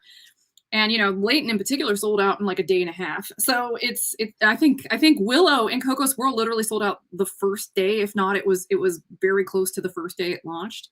So, I mean, they were both really hot sellers, and I would be very happy if people want them to make more of them for sure. I think I'm going to go back to my little presentation here because I'm going to talk just about what I just said. So, boom. So yeah, pre-sales again, PS 35 on either the Leighton there. That's what Queen of the Night-R looks like. I did name it after the aria from the Magic Flute. And then that's Willow in the lovely Cocoa Swirl, which looks really, really pretty in this curly style. So we've received more than 40 individual requests to restock this Leighton. And we received more than 30 for Willow and Cocoa Swirl.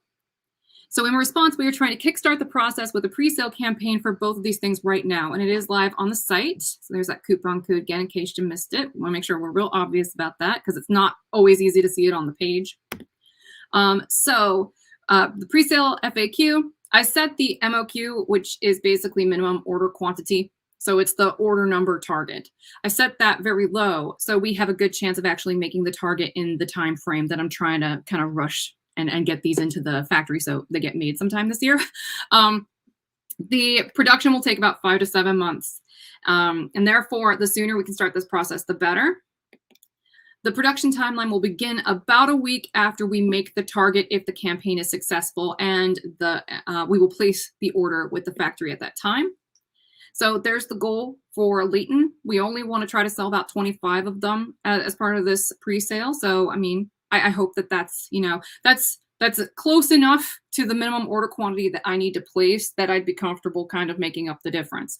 So there we go. And same thing with Willow, except hers ends a little bit sooner just because I set them up at a slightly different time. And then a little bit of information from a blog post that I put on Hair Kitty Kitty. But I want to make sure that I'm really as transparent as possible about this, even if it is cumbersome and makes me look really pedantic. So you may be thinking, I really want one of these, but I'd rather wait until they're back in stock, which I understand completely, but I need to be real with you. You will be waiting a while. A big reason why we decided to open this up for pre-sale is because the chances of us being able to do this alone by the end of the year are virtually nil. We have a full warehouse of inventory at this time, and we have to sell some of it before we can tie up more of our assets with further production. Like, we got to keep some of the money in our coffer so we can pay people's, you know, wages, and we can keep the lights on literally, and etc. Because we have a warehouse and all that stuff that we have to maintain. So, I mean, we need to keep some of that money aside. And currently we have a ton of stuff, as we mentioned earlier, that has already arrived that we're processing, and it will take time to get all that stuff up on the sites and up for sale because the images alone take a really long time to produce. And that's the real challenge of making our own brand, is that literally, and I'm not afraid to share the warts and all. I mean, we can't rely on the manufacturers to send us images and ad copy, etc., because we are the manufacturers. All that stuff is done in-house. So it really does slow things down. And so we have a ton of money tied up in our warehouse in the form of physical wigs. And you can't spend wigs to pay your bills. You know what I mean? So we have to wait till they sell. So as I mentioned, the production timeline takes a while. So those two things together make it a pretty bad scenario for most consumer goods, not just wigs. If you're calculating the timeline in your head, then you probably realize that without this kind of pre-sale, we may not have refills of these items until the middle of next year. And that's just the unfortunate reality of the situation. So just in case you weren't aware, production has slowed down all over the globe for consumer goods, including wigs, in our post-COVID world. Our brands are still in their baby stages, and we do not have the money or flexibility to offer continuous refills on our most popular products when they sell out. Because, I mean, we're often compared to companies that are significantly larger than us and have a lot more financial backing. And that's something that we feel, but people may not know. This is why we've decided to try crowdsourcing the production of the refills that people seem to request the most. So I'm in the process of building a better back in stock notification mechanism on Hair Kitty Kitty. It might take a little while, but I want it to be something where I can get better analytics on this stuff. So by all means, please keep voting for the stuff that you would like to be back in stock, because that's why we chose these two styles, because they had the most people filling out that form and telling us via email at the time that they want this. Though I want to try to, again, convert that over to an app, so that way it's a little easier for us to keep track of. So there we go. This is basically not only to help offset the challenge of how much these things cost to make, because you can't just order a couple at a time. It's a big investment, and then it's literally tied up for months and months and months on end. And so because of that, you know, we're eager to get these into production faster than we could do it organically, so that way people who couldn't get in on the first batch have access. And we're willing to offer you a juicy discount in exchange for that kind of compromise. So let's see. And just remember, we are a very small independent wig brand in a space dominated by large multinational conglomerates. The big boys can barely keep up with the demand for their refills right now. And that's a true story. As a vulnerable new small brand, we had to think outside the box to innovate a solution that might bring these to you faster. We may consider offering this for more of our sold out items based on how well these campaigns perform. So there you go. And this is where I'm going to get really deep with it. So I don't know if Nigel, you want to take a moment to talk, and I can drink some of my lovely constant comment refill. Okay, in that case, it will. Let me just delete this spam here. Yeah, spam, lovely spam, wonderful spam. Cheryl says, how can we help you move your warehouse inventory? What do you need to... well, you see, the thing is, Cheryl, what I need to do is I need to photograph all these wigs, and then someone needs to individually create every single page for each individual wig and color style. SEO optimization, yay! Yeah, see, it's a long, drawn out, technical, laborious process, but and in some cases backbreaking. Yeah, but we're doing what we can on our end. And here's the thing, like, I'm a professional content strategist, you know, like, this is what I do in real life, in addition to here in Sister Wigsville. And you know, when I take side gigs, it's relevant to that kind of profession. So essentially, one of the things you need to know about SEO optimization is that more content is better. More custom content, bespoke content, content that is written for each listing is better. I don't want to give away too many juicy details, but it's one of those things where I'm not willing to really speed up the process just to get them listed. I want to make sure it's right.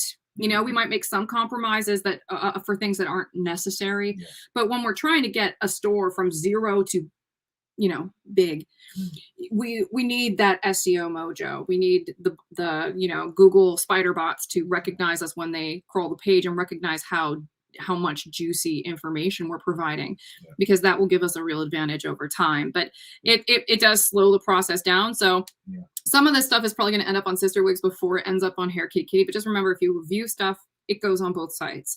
So it's helpful for Hair Kitty Kitty still as well.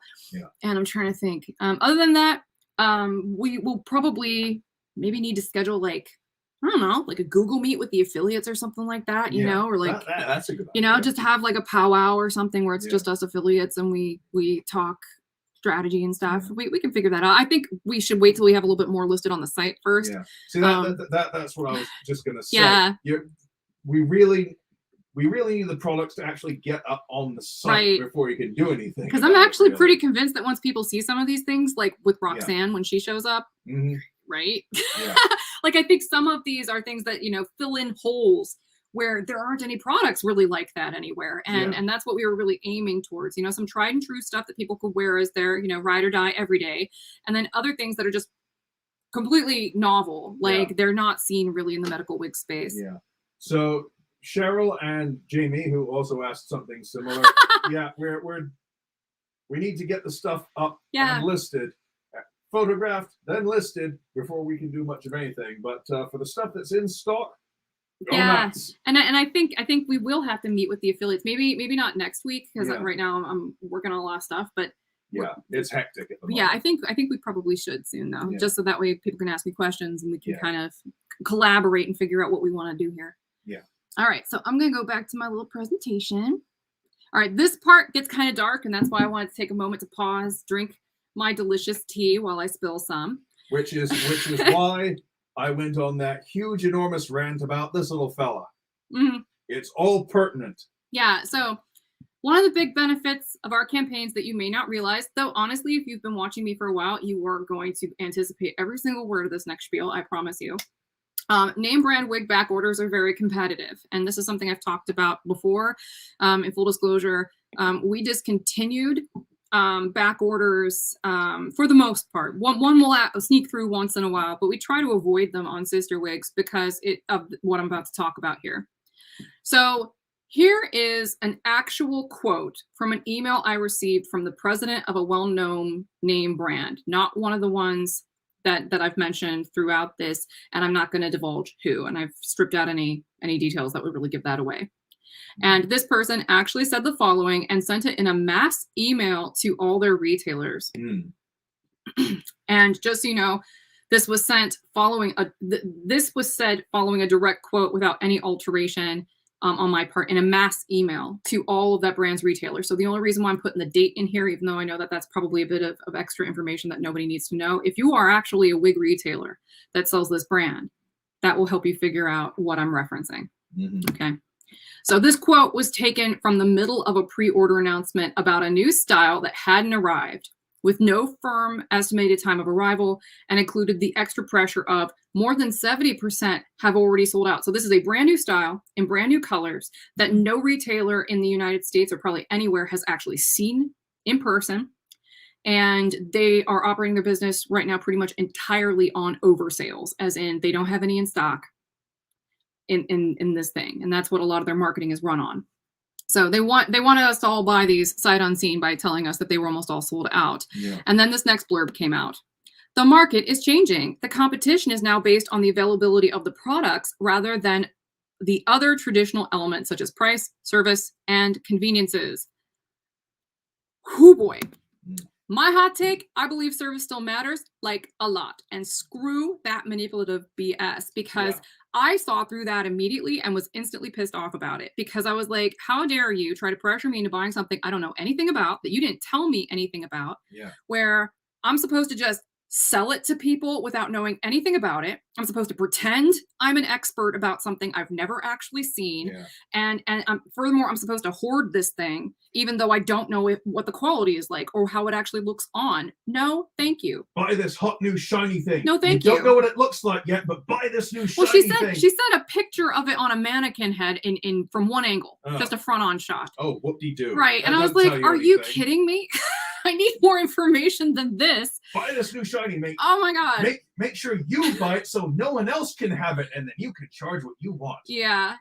Oh yeah, and I'm just scratching the surface. And Barbara says, yeah, go ahead.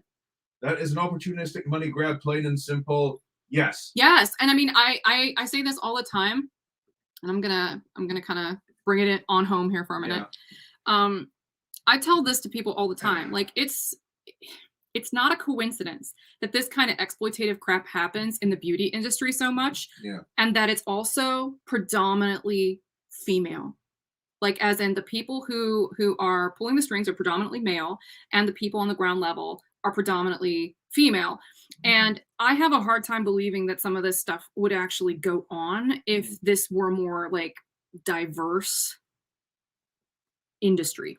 Oh, they do that in male. Oh, I'm sure. I'm not trying to say that. I'm not trying to say that this is exclusively the domain of female-oriented businesses, but it's like what they do in our case, and I don't know if they do it to the guy-oriented industries, but what they do in our case is they basically imply that we're not going to be nice people if we don't get on board with this.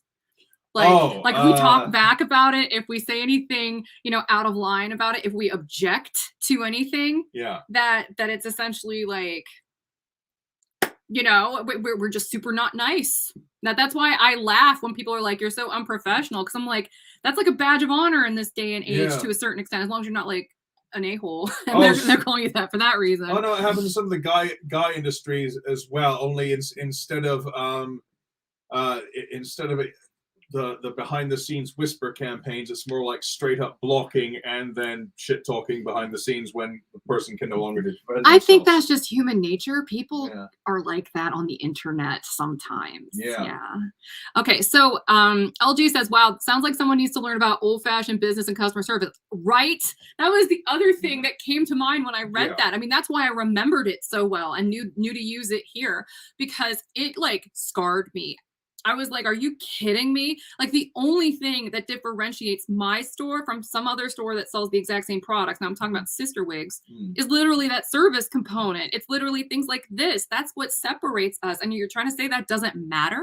Then why the hell am I doing this? It's like, how dare you have those pesky little ethics? Right? What are those? Why on earth would I ever want to talk to my customers? You know, that doesn't matter at all. I'm just going to be a robot that ships them stuff.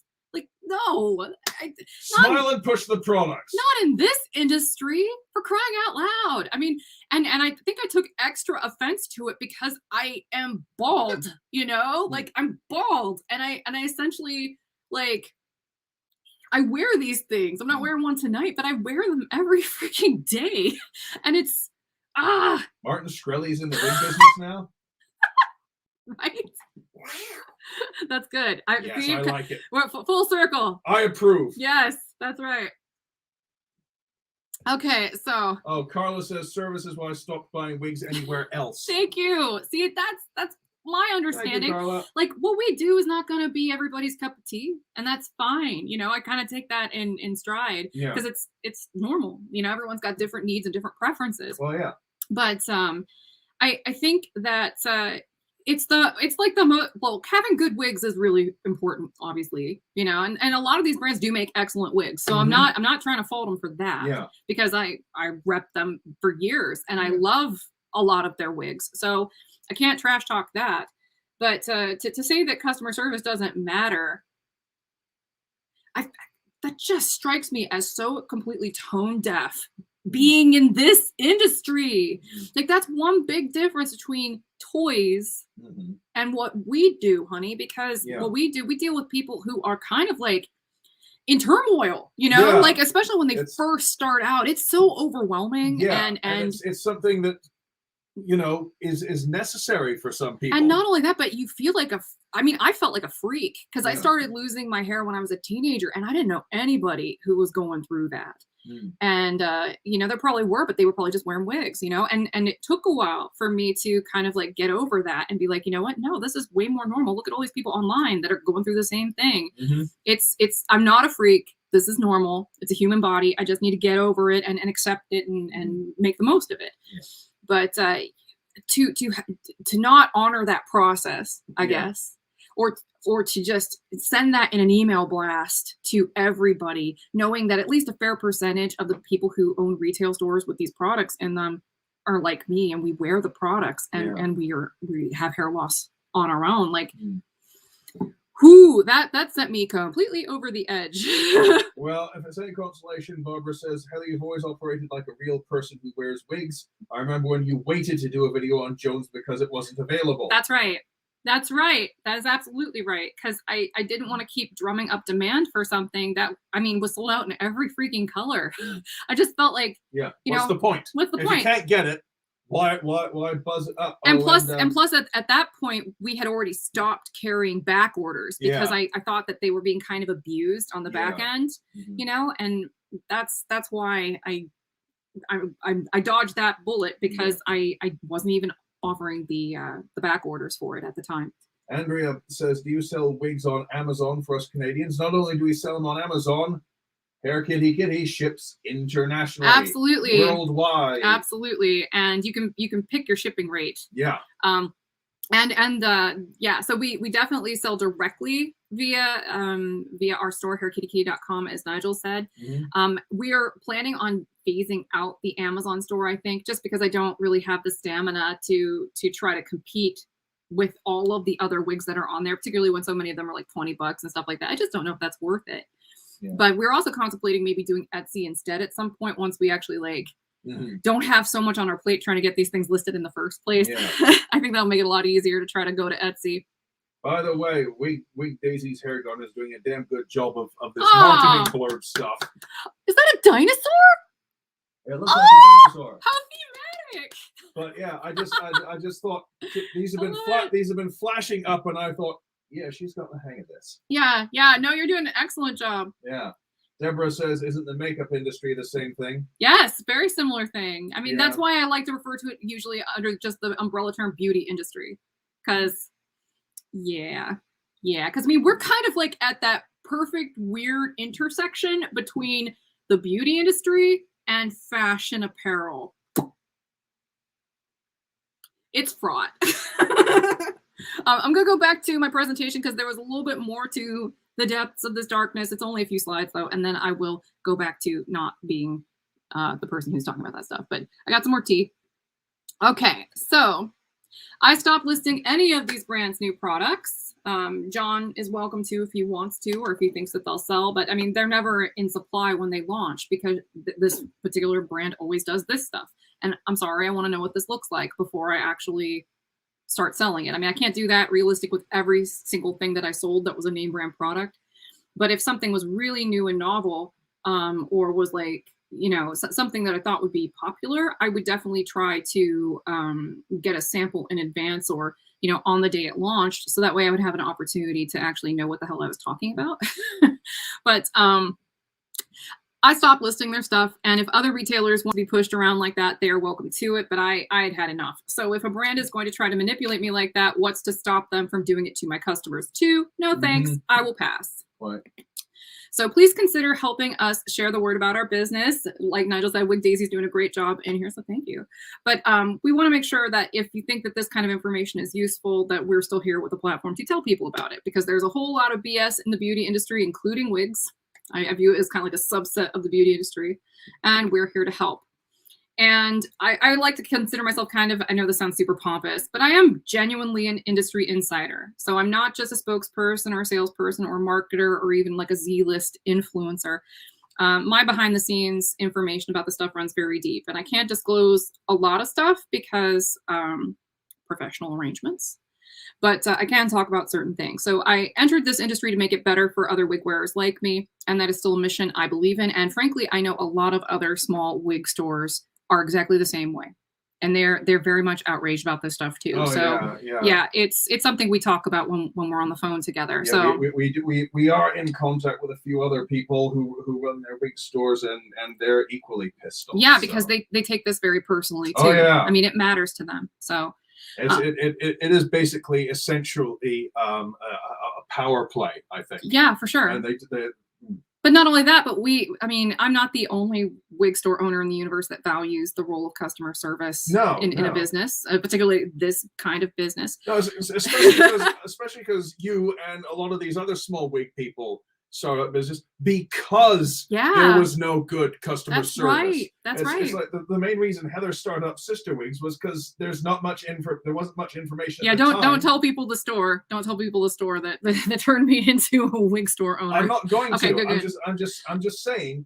At the time Heather decided to start up Sister Wigs, there was not much good, solid, reliable information online other than buy this wig. It's the best. Yeah. And that's all you could No, find. it wasn't even that. It was just like basically like the kind of videos you see on Zappos.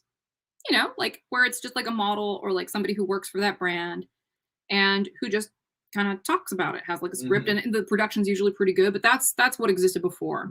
And continues to exist, and their production quality has gotten even better. So yeah, but just know, this is definitely a labor of love. So I definitely fight back, and I've definitely developed a reputation as being unprofessional behind the scenes because I'm not easy to work with when people do this stuff. Yeah. At all. I definitely am a mouthy person that fights back a little bit.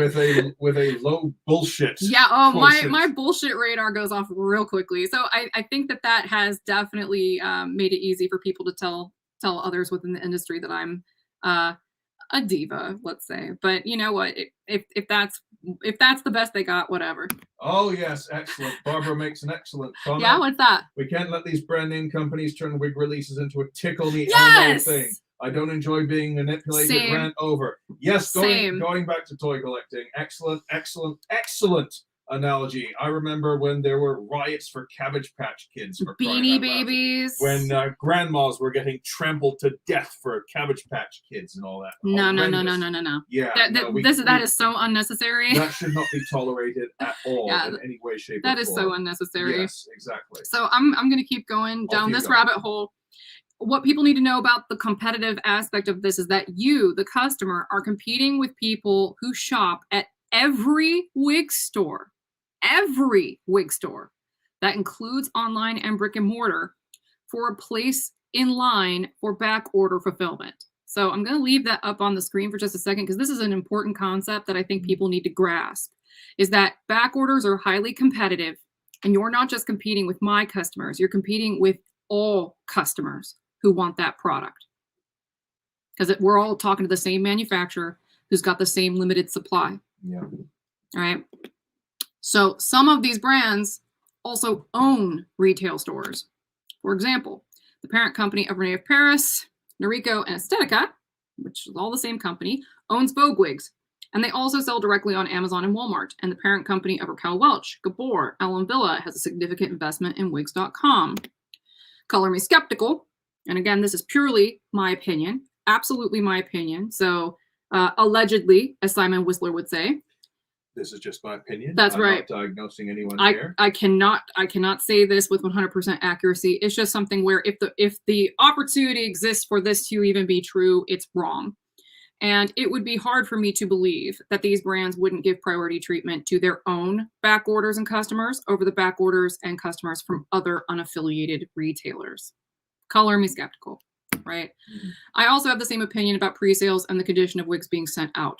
Again, color me skeptical. Totally my opinion. And this is something that is not new if you've been watching me a while. I've been pretty consistent about bitching about the same thing for a while now, like a broken record, because it's still the same situation. So because I can't get straight answers from the companies I referenced, my skepticism basically has just gotten stronger. And assuming that there is no preferential treatment, the point still remains that even under first come, first served terms, getting back orders and pre-orders submitted to the brands, so that's how quickly you get the order in, and getting them fulfilled. So the order in which the manufacturer, who is in control of this process, puts us on the list and the order in which they fulfill our orders is a race that every store in the world is running at the same time to gain access to the same sold out products for you. Which means you are, probably unknowingly, competing with every wig lover in the world who wants the same sold out products, regardless of where you shop. And factor in any potential shenanigans, favoritism, wig world politics, etc. Because I'm super unprofessional. You can probably see why Sister Wig stopped selling back orders way back in 2018. You may remember some of these talking points from when we originally made that decision, though I got a lot more detailed with it here because it's Sister Wigs After Dark, and this is how we hang. Mm-hmm. So if you like this kind of deep industry detail without spinner BS, little shameless plug for our Patreon, because I do this kind of stuff a little bit more regularly there, where I talk about my personal life and things that are going on there, and things that are going on in the industry, things we're thinking about making. We talk about in a little bit more detail there. Mm-hmm. So just if you like that kind of mix of content, that's where you're going to see most of that. And I honestly do believe that our patrons are probably some of the best informed wig consumers on the planet, that and the folks in our Moon Kitty mix-up group, because they're getting a lot of the information directly from the source and from people who've been doing this for a really long time, as in they've been wearing wigs, collecting wigs for a really long time. They've been through all of this, they could write a book about it. And so they are I mean, we've just got some very knowledgeable people who are just in our midst, in the mix, in our mix-up group and on Patreon. And I'm very, very I'm blown away by how insightful some of you are. It's something where it gets me kind of tongue-tied, honestly, because sometimes I will be like, do you guys ever think this way? And then not only will be like somebody, you know, affirming what I think, but also giving me more detail, and we grow the conversation together. Yeah, it's so good. And he moderates most of the Patreon comments and the Moon Kitty stuff. He's in there more regularly than me. Yeah. Because I mean, he is waiting for his green card, in full disclosure, and I'm still, you know, the primary breadwinner. So he's in there a lot. So though. she has to do the paying work. I do the background stuff. That's right. He helps me out. But I want to say, and this part's almost over, I swear, by being direct to consumer, the hidden behind the scenes competition isn't a factor at all with our Hair Kitty Kitty pre-sales and refills. So you are not going to get caught up in this behind the scene retailer tug of war that many people don't even know about. You're not going to get it at all when you shop at Hair Kitty Kitty. So what I would like to ask for anybody who like is stumbling upon my channel for the first time and is skeptical about whether or not what I'm saying is true in those last segments, you could literally Google it. Like, for example, you could Google that Adron's Hair Goods bought Vogue wigs, right? You can, because they had like it's on the website for Adron's Hair Goods, so you can see it right there. You can also, you know, just kind of observe that back orders have become a much more prevalent thing, and that didn't start with COVID. Like I said, we discontinued these back orders, or at least tried to minimize them as much as possible back in 2018. It was bad back then. And that's a full year, if not more. Yeah, from when I remember when this kicked off, so, and it was. So they're gonna blame these challenging times, and I'm sure that it made it worse. But they were already engaging in these tactics well before that. So if you don't believe me, ask around. People can confirm that, I'm sure. Oh yes. But if you reserve a pre-sale item from us, you're going to get it when it comes in. Period. If the campaign is successful and we place the order, you're gonna get it. Successfully place the order. Right. Yeah. So Hair Kitty sales, pre-sales rather, are not first come first serve. So the stuff that's in stock, yeah, it is. But these pre-sales are not. Regardless of when you support the campaigns, as long as it's within that window, your order will be fulfilled at the same priority level as everybody else's. So that's going to be a high priority level. And some FAQ stuff I'll get into in a moment. If you want to pause for comments, I will drink some more tea, because that was a lot of tea right there. All righty. Okay. Let's see. Let's see. Right, that's where we left off. Fay Ray says we are going to be accessories. I wish I still had my early Barbies that came with wigs. I still consider my mannequins like they're Barbies. Oh, yes. I love it, because then I don't feel so weird for playing with their hair. Let's see, where are we here? We already did that one, the Tickle Me Elmo thing. From Barbara, Fay Ray says, "Oh God, it took me forever to be brave enough to buy a wig that wasn't my costuming for belly dance." You belly dance? That's so cool. No, I had to acknowledge that. That's very cool. I was just talking about Shakira earlier today and how I wish I could figure out how to do that. That's so cool. I'm sorry, I didn't mean to make you stop reading her comment. No, that's okay. Spontaneous eruption of joy. Yeah. Serena says, "I love Simon Whistler. All hail the YouTube god." He is everywhere all the time, I swear. Allegedly. Yes, he never sleeps. and his videos are, I love infotainment. He's got it on lock. Oh yeah. Yeah. Deborah says, "How can you tell when a wig is on back order?" That's a trick question. As a lot of folks can probably attest. Hold on. Yeah, keep that up there for a moment, because this is deep. This is a really, really good question, Deborah. Most wig companies don't tell you at all. They won't tell you. You will find out after you've placed the order, and they will email you to let you know it's on back order. If you guys have had that experience, please back me up in the comments, so that way I don't sound like I'm just throwing shade for no reason, because I've been through that. I went through that before I opened a store. It's common practice for them to obscure what's in stock and what's not. So even if you're shopping around at various sites looking for that thing, the unicorn item that is in stock, chances are, if it's out of stock in one place, it's out of stock at basically all major retailers, with the exception of the very largest ones. Because as I just mentioned, two of the biggest players in this industry have wig brands, right? So they're probably, and I know I'm going to make myself sound like small potatoes, but they might have more supply. And, you know, they're definitely bigger. So they've got bigger warehouses and stuff. But again, I can only say things that are not, you know, speculative in this way. But essentially, you won't know. And the bigger stores, by the way, are actually, it's kind of ironic because even though they're more likely to have a more robust supply because they can afford to buy a big supply, and in some cases they're getting special pricing, or they're just getting the product because they're owned by the same company. You know what I mean? So it's all profit. But I mean, they have the ability to buy a bigger supply, but they're also the ones that are more likely to have a well-coded site that won't allow people to place orders with back-ordered products in them. And so it's kind of like an ironic thing that the ones that are most capable of having that product are the ones that you're least likely to buy a back order from. And a lot of the smaller stores, you know, they're made by regular people who are not like hardcore coding nerds.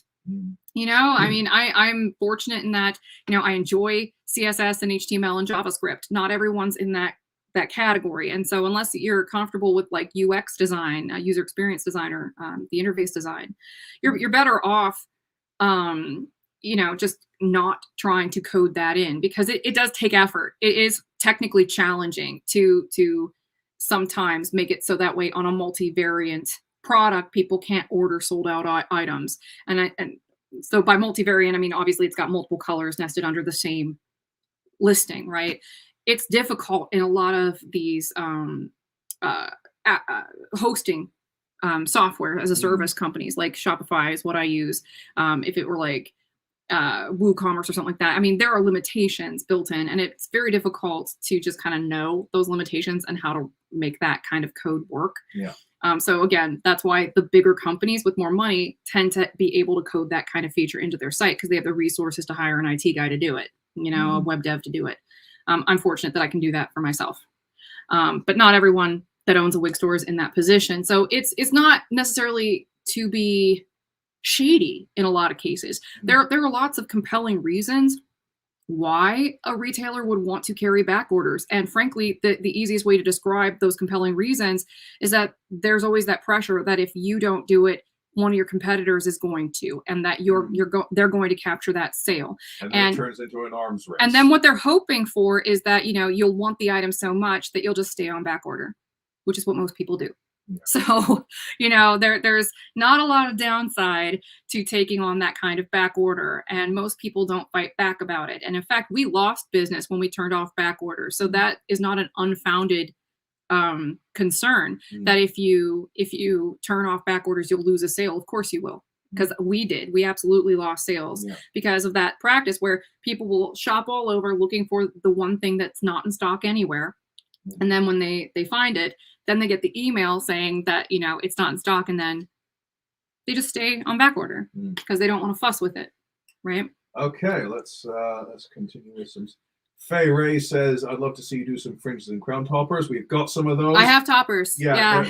They're in the next line to be photographed. Yes. Okay. They're the last of the batch before I start the current batch that we just brought from the warehouse. So yeah, there'll be some toppers on the way there. Siobhan says, "Playing the FOMO card at any level is flat out predatory. Thanks for not doing that." Faye Ray says, "Thanks for this insight." You're welcome. Julie says, "Wig world." That's politics. right. That's what it feels like, because sometimes it just is like, what is all this, you know?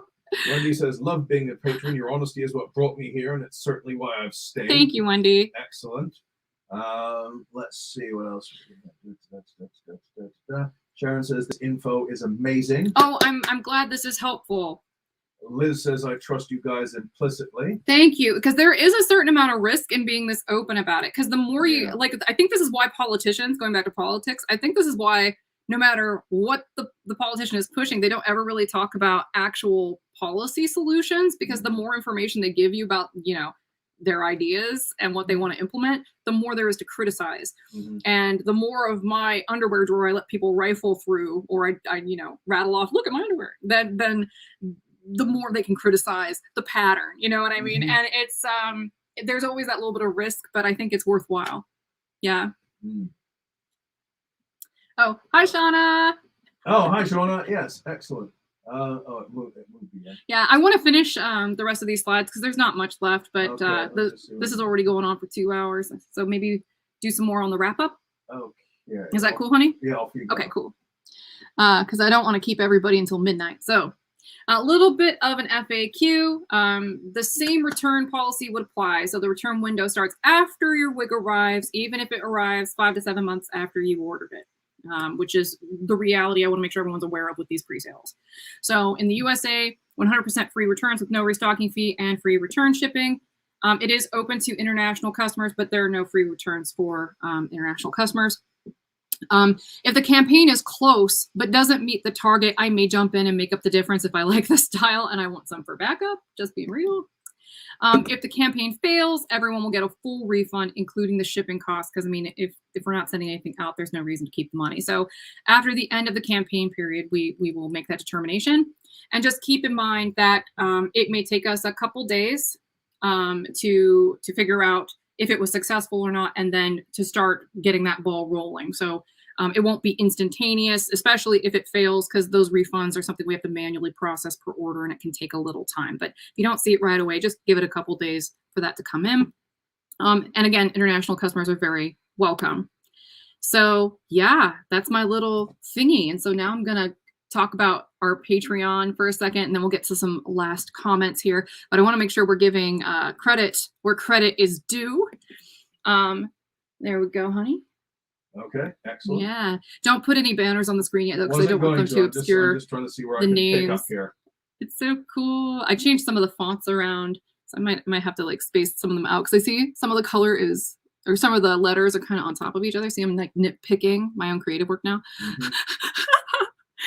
So yeah, this is really all I had to say about that, even though it is a mouthful. So Nigel, we have anything else to touch on? I pretty much caught up. There's a lot of talk in between the ladies about belly dancing. Oh, that's awesome. No, I love it when they have conversations. Yes. Cheryl says your honesty and ethics are why I'm so loyal to you. Thank you. Thank you, Cheryl. It is greatly appreciated. Yes. Yes. Believe me, it is. The loyalty and friendliness of all our customers is just unbelievably appreciated. Yeah, because some of the stuff we choose not to do literally loses us money. Like that, like not taking back orders, as I just mentioned. It's become a huge part of being on the retail end of the name brand wig industry. And I lose a lot of business because I don't do that. But I genuinely feel like I'm more comfortable with the situation like what we're doing with our pre-sales.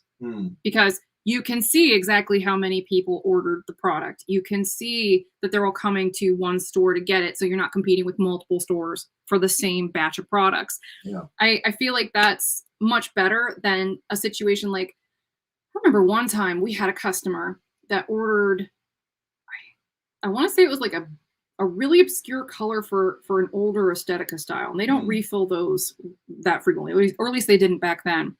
Now, remember, they initially told me that her ETA was going to be like 6 months, and it ended up being like damn near 10 before we got that wig to fulfill for her. Yeah. Now, this was back in like 2017, 2018. No, I remember that. So I must have been around at the time. Yeah. So 2017, 2018. Yeah, something like that. And I mean, so it's a common thing to have these back order situations. And we found that we were just spending so much time and energy just dealing with the back orders, and frankly, dealing with how ticked off people were about being on back order, and about how they, we would give them an ETA, and then because we weren't high priority, I guess, their ETA would be pushed back until the very next run. And that's completely out of our control. And I was just like, I don't want to put people through this, and I don't want to go through this. So we're done. No. And that did cost us a lot of money. It cost us a ton of money, actually. It like cut our business in half. Just that one decision. But I don't regret it, because, I don't know, maybe I'm just, my bullshit detector is just too strong. Yeah. There was too much, like, what do they call it? Not ennui, but like, what's it? Cognitive dissonance, between like where my goals and ideals were and what I was actually doing day to day. I was like, no, we're done. This is done. Wig Daisy says, when can affiliates start promoting the new styles, Roxanne, Megan, and Zoe? I would say that the safest time is when they're actually up on the site. Though, honestly, You know, you could start talking about any of them at any time. It's okay to talk, tease people a little bit and let them know they're coming. Yeah, get a especially, bit of buzz going. Especially since we're working on them. Yeah. And we actually have, well, I would say wait a little bit on Roxanne and River because they're not here. Like we don't have those in our warehouse yet. We just have the prototypes. We just have the prototypes. But with everything else, we literally have that in stock. Yeah. If it looks like it's on stock on the websites, it's in stock. And so it's fair game to talk about those things and kind of tease people about them because we're in the process of listing them. So they won't have to wait as long. I feel kind of bad, you know, sending out teaser videos about something that won't launch for like 5 months. Yeah. You know, let's not go that far. But anything else, I think, is pretty fair game and people might be really into it. Coming soon. Yeah. In a world. Sorry. You're so good at voices. Thank you, my treasure.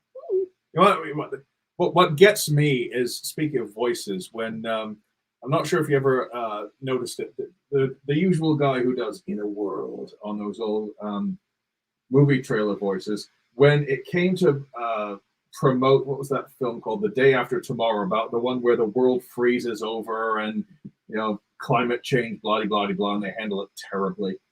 But at least they tried to get a message out anyway. And the guy who did the trailer for that, as soon as I heard him say, 10,000 years ago, one storm changed the face of the planet, I thought, hang on, that voice is familiar. And I thought, yeah, it's Peter Cullen. All he needs to say is, Autobots transform and roll out. Who is also the same guy who did the voice of Predator in the original Predator film, and Eeyore. He was Eeyore's voice? He was Eeyore's voice. Nice. And yeah, no, he found out about it. They didn't tell him he was being fired from being Eeyore. Disney did not tell him he was being fired from being Eeyore. He sort of found out secondhand. Rude. And at a convention, a fan asked him, how would Optimus deal with that? And he said, Eeyore, just tell me whose ass I have to kick. That was fantastic. Victoria asked a great question. Can we get a heads up before they launch so we can give a release date and images? We are not that organized about it, I'm afraid. We're literally flying by the seat of our pants. I know that's not professional looking, but as I mentioned at the beginning of the video, we've got like a team of like maybe 3 people working on listing these, four people listing these. And as soon as they're done, I want it listed. I want it live. I want people to be able to buy it. So essentially the best way to that's okay, you're a little trigger happy there. No, I think that the only real heads up I can give is, frankly, I'm doing it in Patreon, and you're already a patron. So I think that that's basically where it is, because I mean, the reason why I can only give you guys like maybe like a couple hours sometimes to get the jump on something is because it's literally, we just finished that listing. I better give the patrons a couple hours. Now it's launched. I really want these things up and for sale as quickly as possible so we can get some of that money back into our bank account, because you can't spend wigs to keep the lights on. So I genuinely need to just in time it, you know, for lack of better words. So because it's kind of just in time and it's very as quick as possible ASAP mode, I really can't give that much of advance notice. But when we get to a point where I can, we will absolutely do that. Sorry about that, my sweet. I was trying to scroll and I accidentally pressed the wrong button. That's quite all right. Anything else before we go, honey? Kathleen, OMG Transformers. I always thought they were cool. Watch them in his voices. I mean, Peter Cullen does some great stuff. I'm trying to think. He did a number of other voices for a lot of other cartoons as well.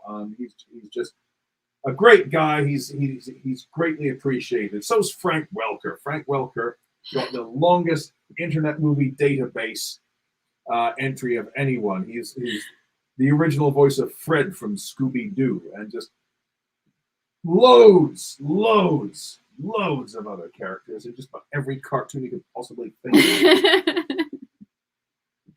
Oh my. So, Yes. anything else? He played Dr. Claw. No, I mean, do you want to say no? Yeah.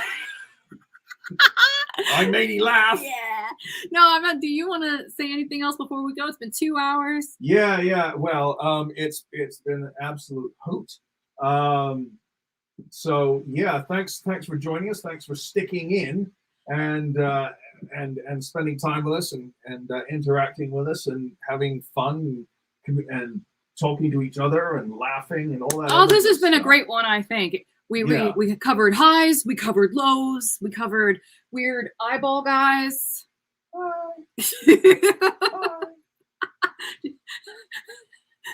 I make you laugh. Yes, you do. That's part of why I married you. That and the bitchiness. I love that, as we covered earlier. And you're cute. Yeah, that helps. All right. Well, thank you for joining us, everybody. We will see you next week. Yes, Bye, indeed. everybody. Bye.